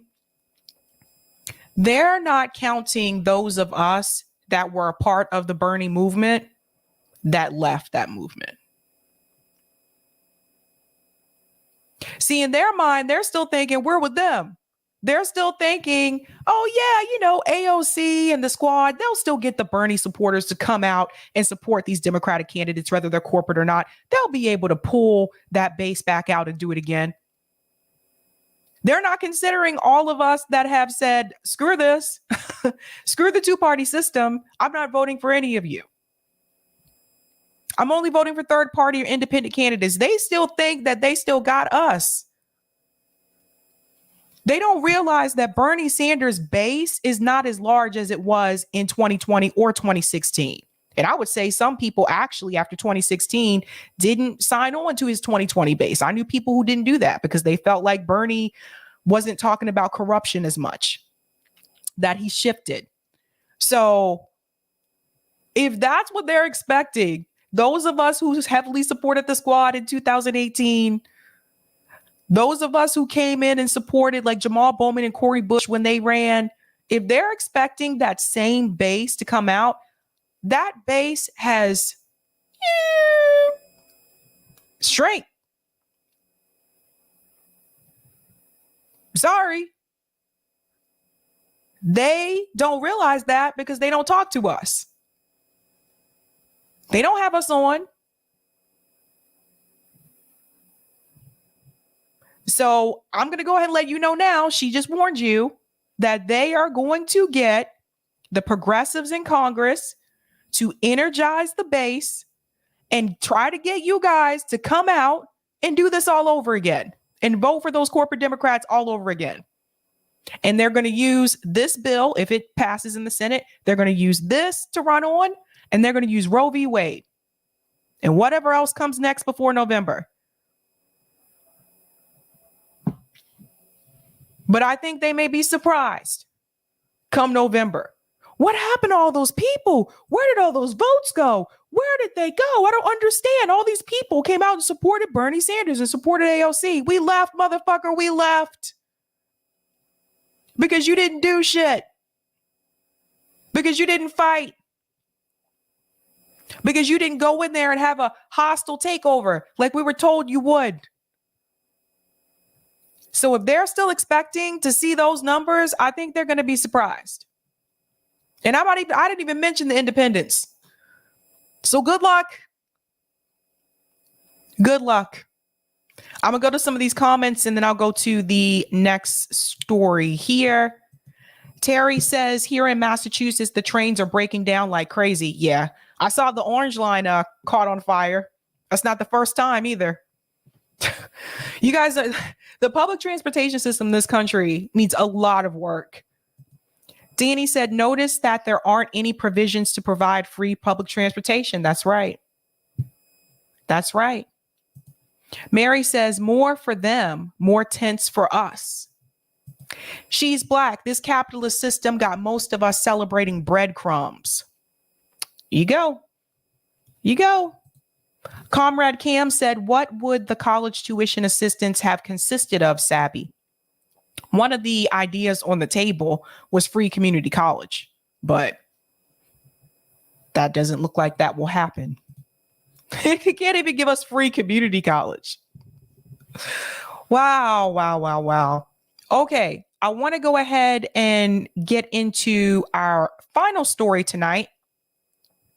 And that is Professor Wolff's interview here with Marianne Williamson. Now, there are some things that they say in this interview that I think is important for people to hear. And I know some of you may have your opinions about Marianne Williamson. I mean, I don't agree with Marianne Williamson on everything either. But I want you to listen to what they talk about in this discussion, because they're going to talk about democracy, but they're going to explain why someone who may have voted for Obama turned around and voted for Donald Trump. They're going to explain why people are walking away from voting in general. And they're going to explain why people have just lost faith in the electoral system in this country. And I think this is important. So let's go ahead and get into this. I'm proud and pleased and honored that we have with us today for our microphones and our cameras, Marianne Williamson. You probably don't need an introduction, but I'm going to give one briefly anyway. She's an author, she's a political activist, she's a spiritual thought leader. She's also a best-selling author, 14 books under her belt, 4 of which have been #1 New York Times bestsellers.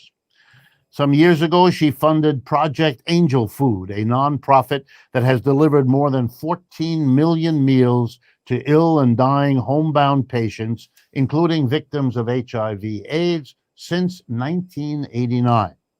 In 2004, she founded the Peace Alliance. She co-founded the Peace Alliance.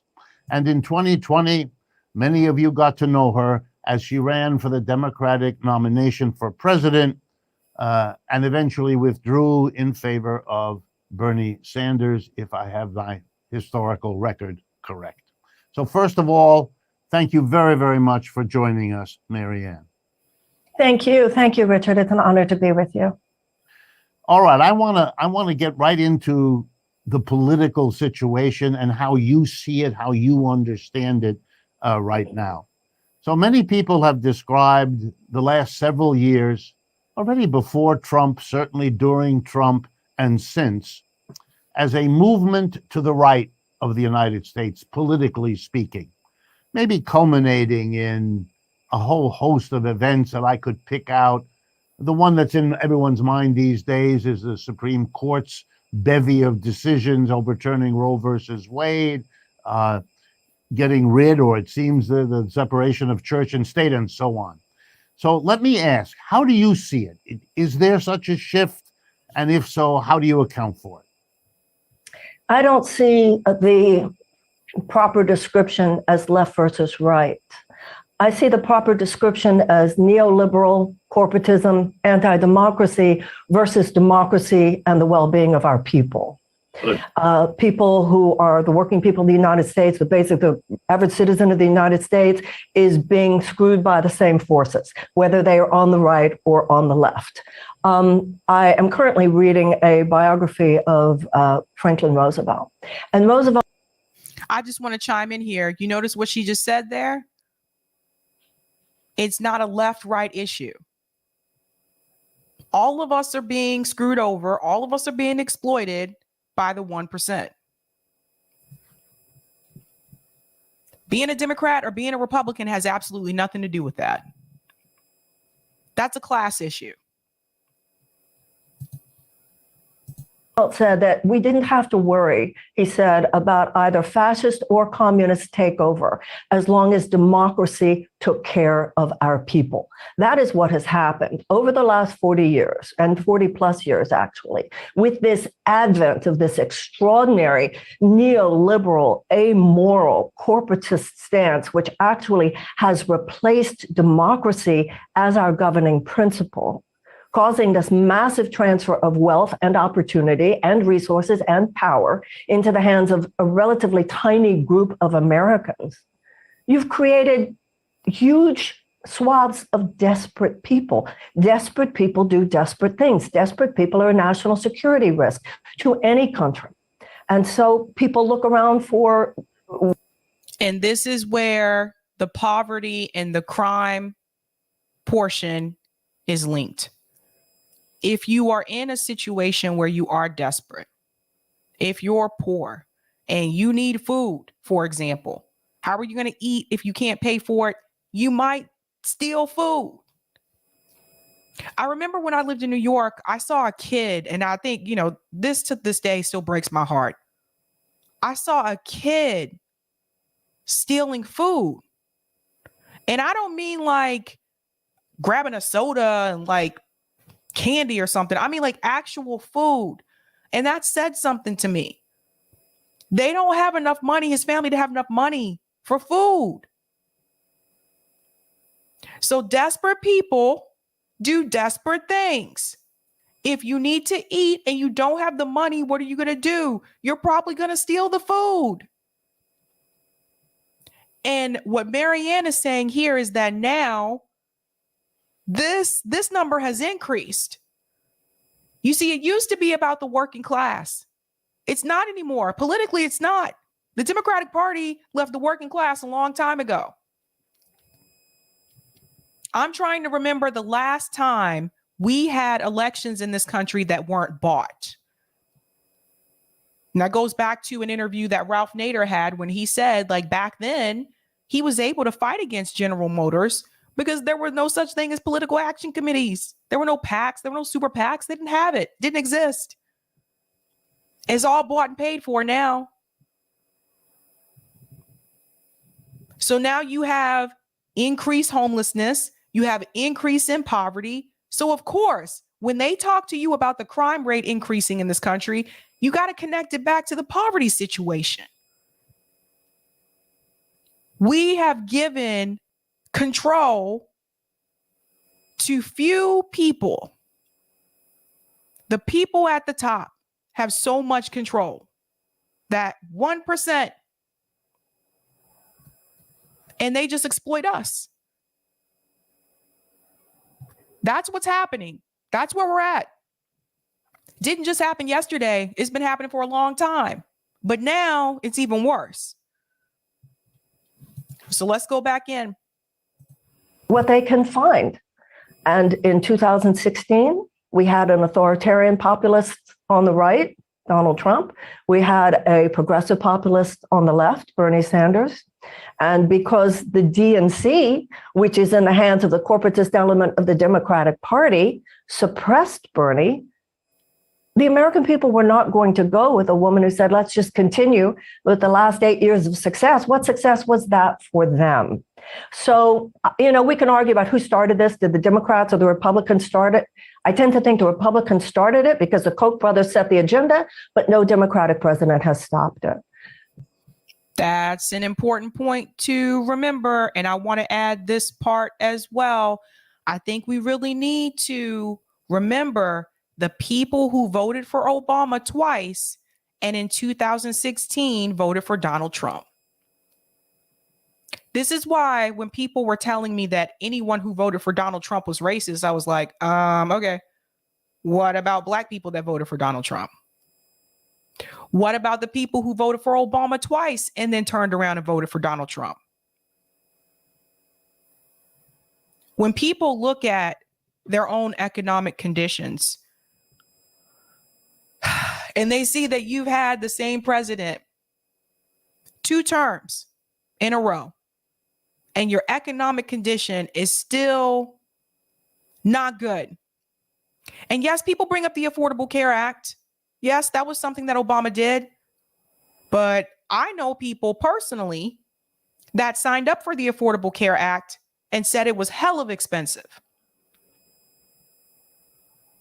Making all those promises when he was running. So people are very disappointed and they look at their financial situation and their financial situation did not improve the way that Obama said it would. So if you look at that group of people that were still struggling, that were still suffering, and then they're given the choice of a Hillary Clinton who's corporate, very corporate, and who told them that we're going to take your jobs away.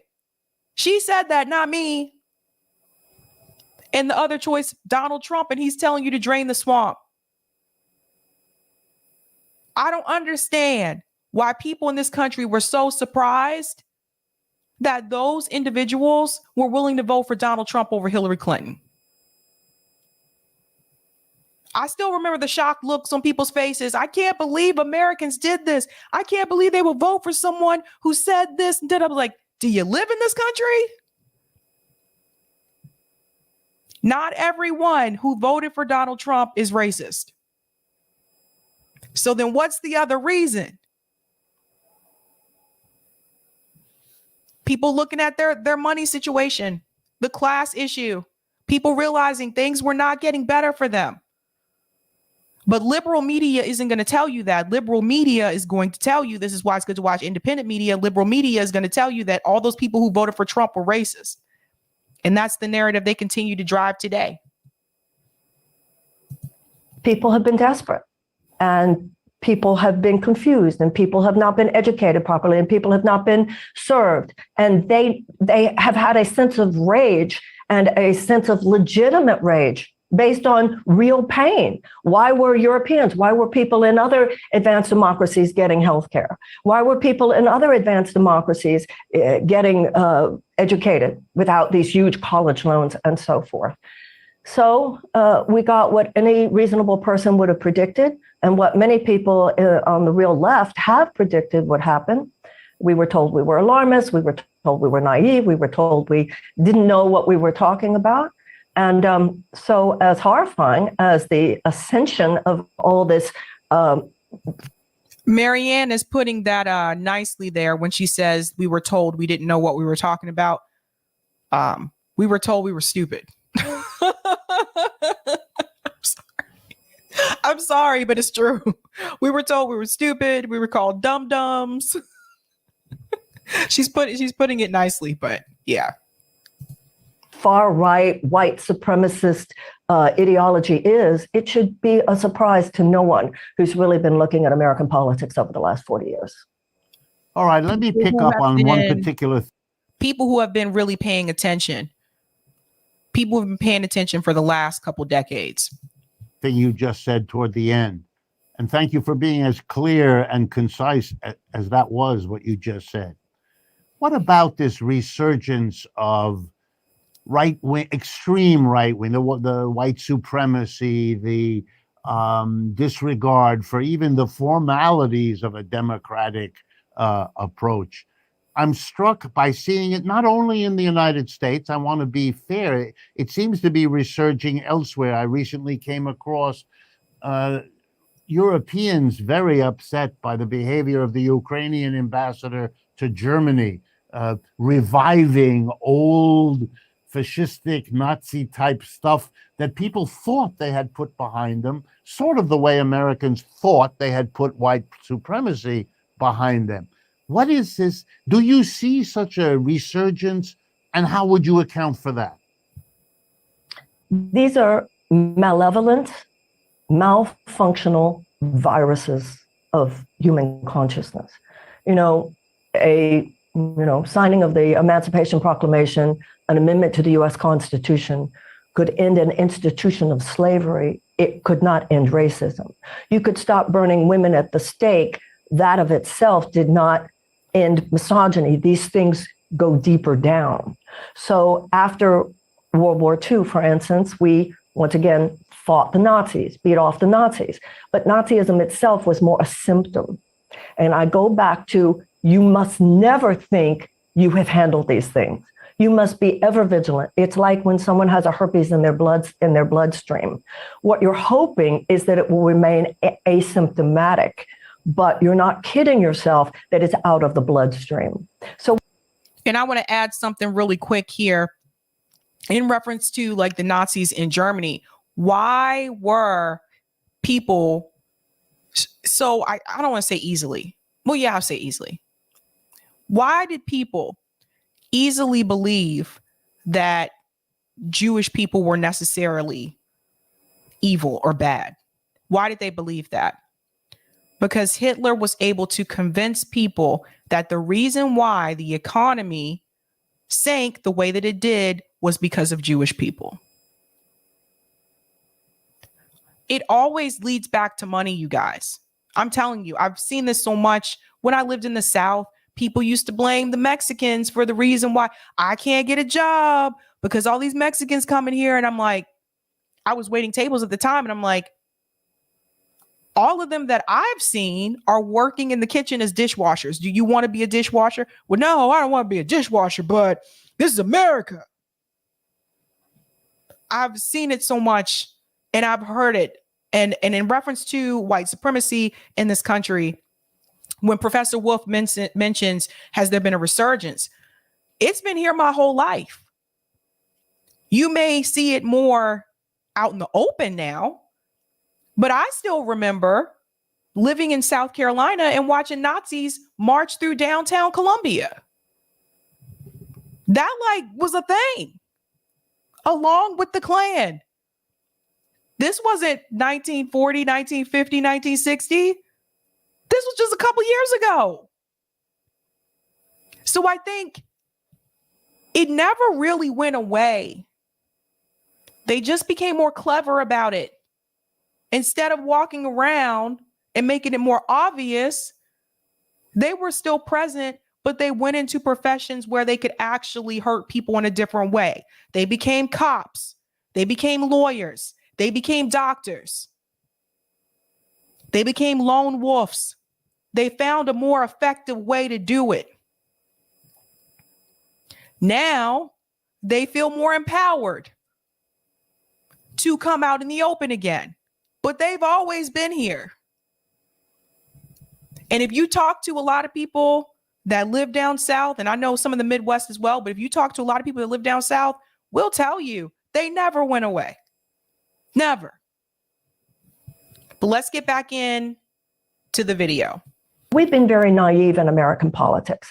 Several decades ago, no intelligent observer thought we didn't have anti-Semites in this country. No intelligent observer thought we didn't have racists in this country. No intelligent observer thought we didn't have bigots in this country.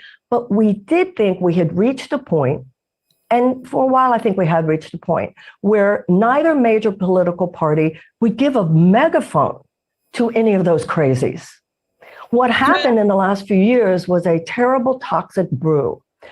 Two major elements. Number one, social media, so that anybody can have a platform, and a very malevolent political character who was not above and is not above stoking these forces for his own political purposes. So you put social media together with Donald Trump. Once again, Richard, no one with a more sophisticated psychological understanding of how these things work fails to recognize this was almost inevitable. Once again, you can never consider these things handled for all time. And if you do think these things are handled for all time, you're naive and do not carry with you the kinds of sensibilities that are necessary for leadership in the 21st century. I just want to add something here. I do want to be clear that this did not start with Donald Trump. And no, I'm not defending Donald Trump, but this didn't start with him. We had racists in the White House before Donald Trump. And I'm going to go to someone that's a little bit closer to us, I guess, generational wise, Ronald Reagan. Ronald Reagan, the war on drugs, was racist. Ronald Reagan is on tape making racist comments about Black people. Now, there was no social media back then. Maybe he didn't come out and say some things publicly in the way that Donald Trump said it, but Ronald Reagan was just as racist. So it didn't start with him. That's the thing. It did not start with Donald Trump. We had presidents in this country who were slave owners. This is why I'm telling you, it's always been present. If you look at the systems that we have in this country, the education system, the criminal justice system, the healthcare system, they're all one big group under an umbrella of white supremacy. Those systems function to benefit white people first, particularly if you're white and you have money, to benefit white people first and everybody else last. It's always been this way. This is not new. So they're talking about the overt racism.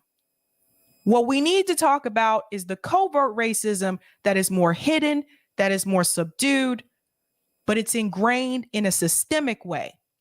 That type of racism is the one we really need to pay more attention to because it affects people on an economic level. It affects people financially, and it affects people to the point where they cannot get out of poverty in this country. Systemic racism is often overlooked. Overt racism is heavily focused on, and we have to switch our way of thinking here. And we have to pay attention to the systemic racial issues that we have in this country that a lot of times white liberals seem to perpetuate.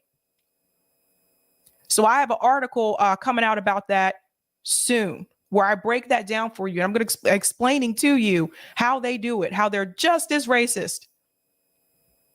So let's go back in.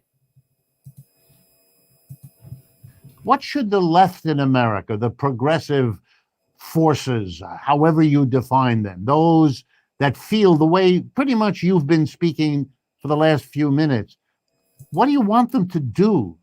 How do you see a way forward that would blunt the power and influence of the very forces you've been talking about coming from the right, the viruses that are resurging, and chart and achieve a different direction politically? I know that must have been in your mind as part of your running for the Democratic nomination in 2020.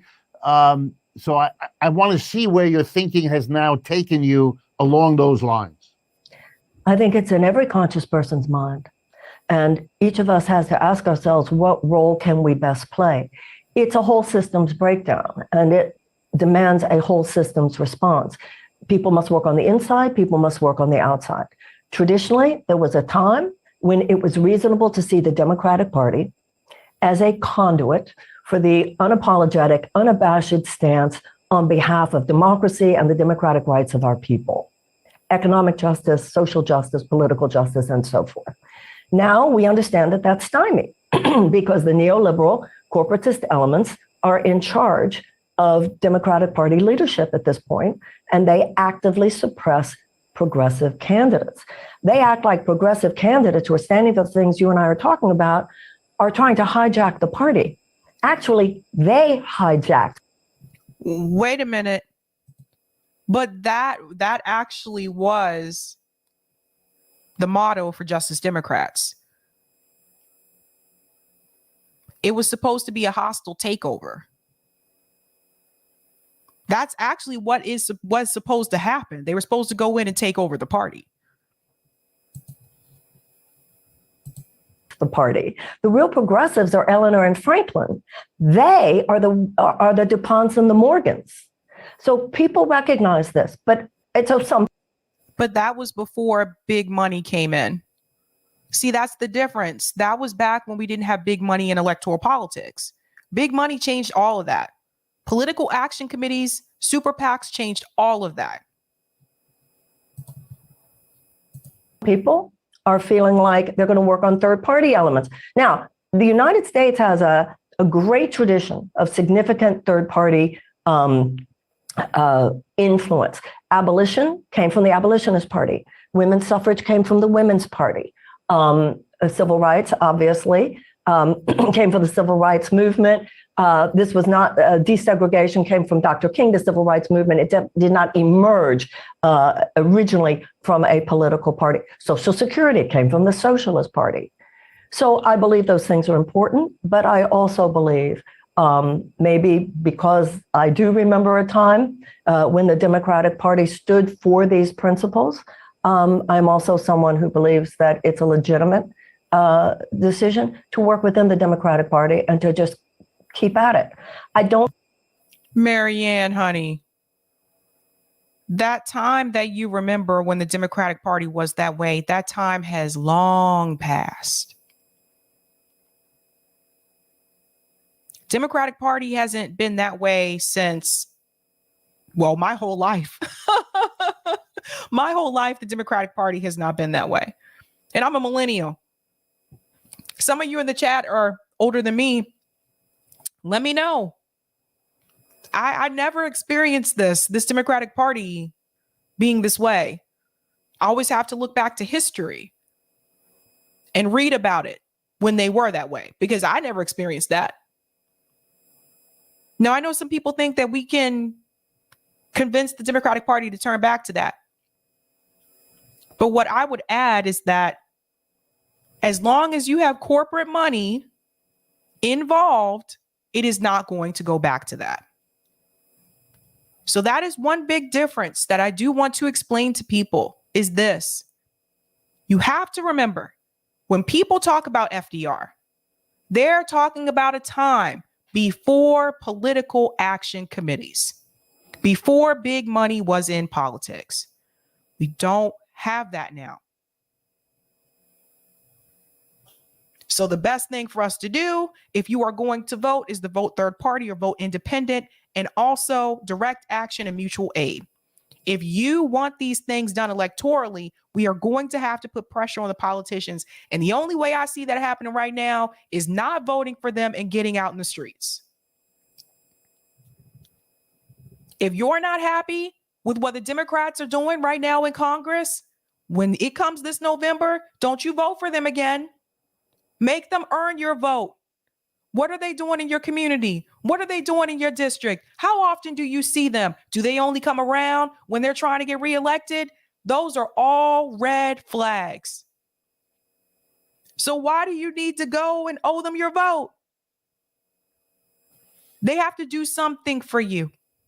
And I've said this before, and we talked about this with the Bank sisters on here when we were talking about Roe v. Wade. What did we say? Maybe Democrats may need to lose. That's how it is. And I'm not the only one saying this. RBN isn't the only one saying this. I'm telling you, people are tired. People are tired. And some of us are not comfortable enough financially where we can just sit around and wait. I just talked to people over the weekend at a housing project here in Roxbury neighborhood in Boston.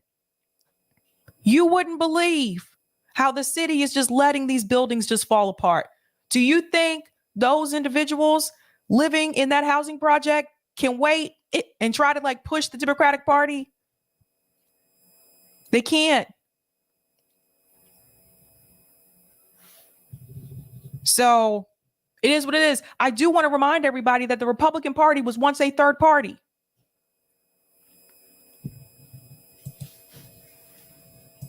I think that we should be judging other people's decision making on this issue. Some people, it's got to be the labor movement and it's got to be electoral politics. It's got to be both and. It's got to be activism on the outside.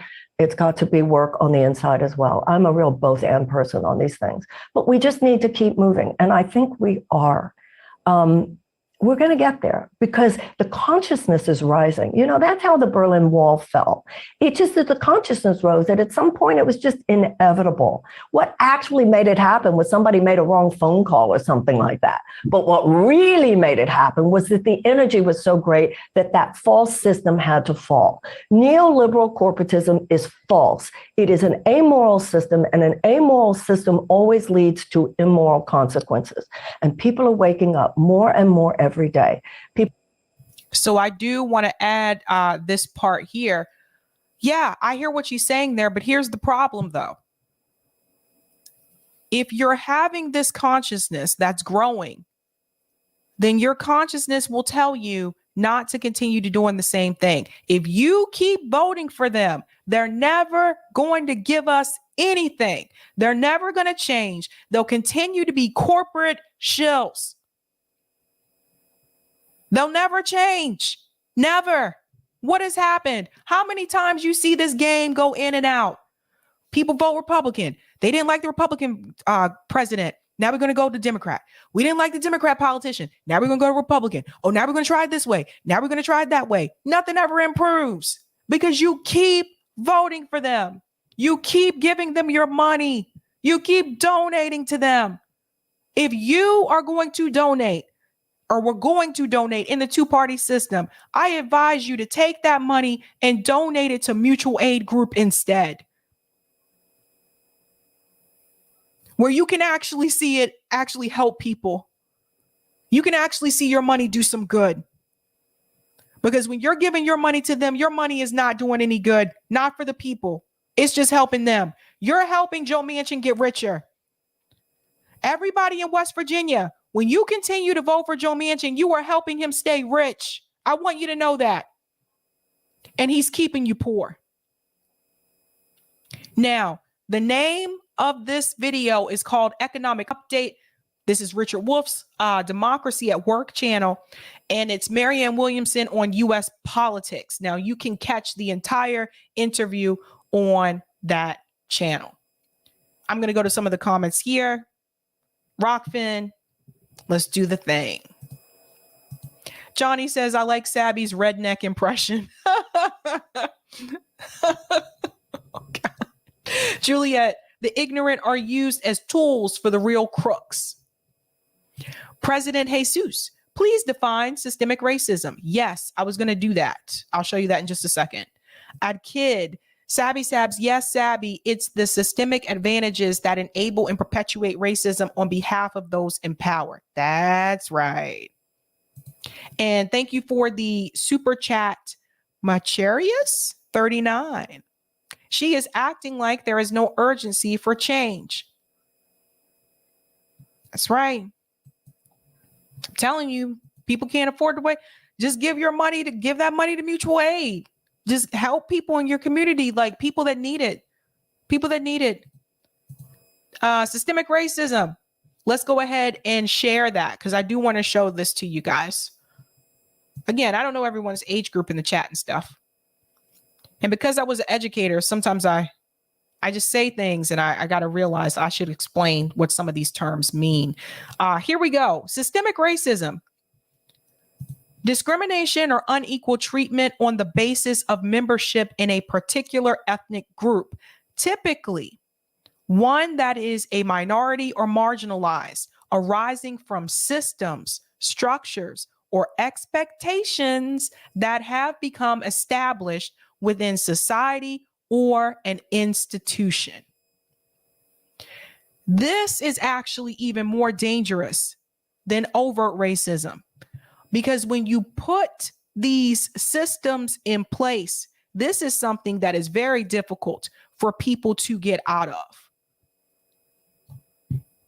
Not excusing any type of racism, but it's very hard to get out of this type of racism.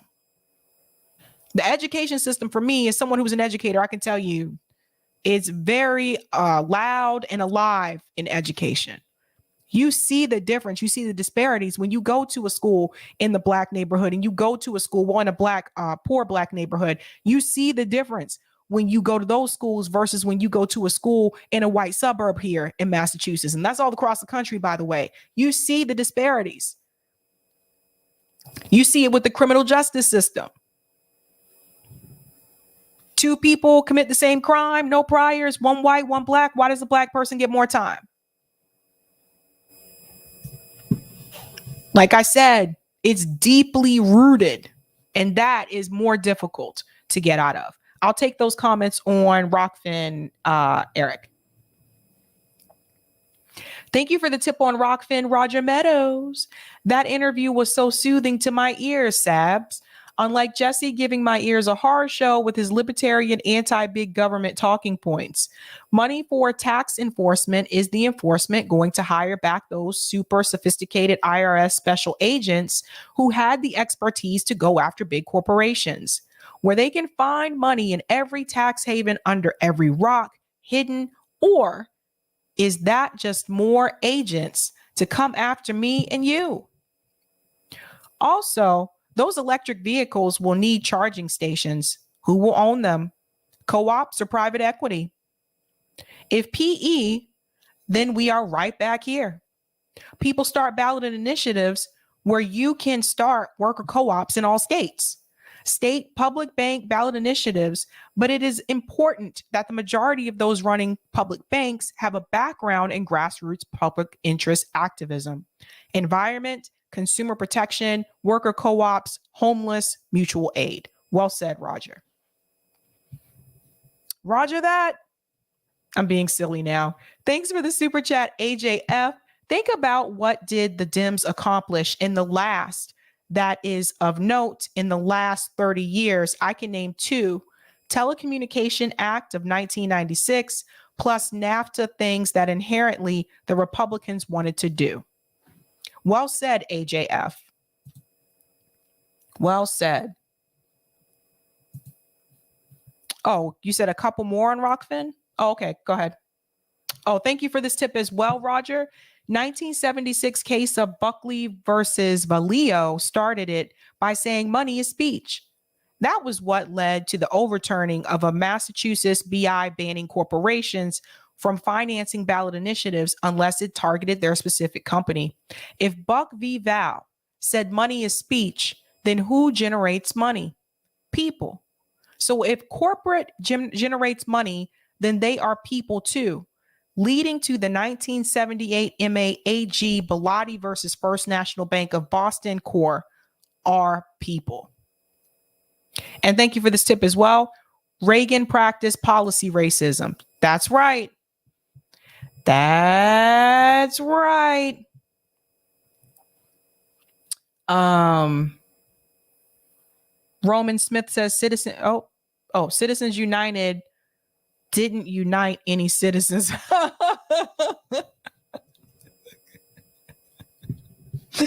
I love that, Roman. I love that. All righty, guys. Tomorrow's Wednesday. I'm not here on Wednesday nights. I'll upload clips, but I'll be back on Thursday. Kim Iverson will be here Thursday. We're going to talk about what happened on the Hill with her and some other things as well. And then I'll be back again on Friday as well. So, you guys, you know how we do this. It's time for Sabby to head out. So, have a good night. Keep up the fight.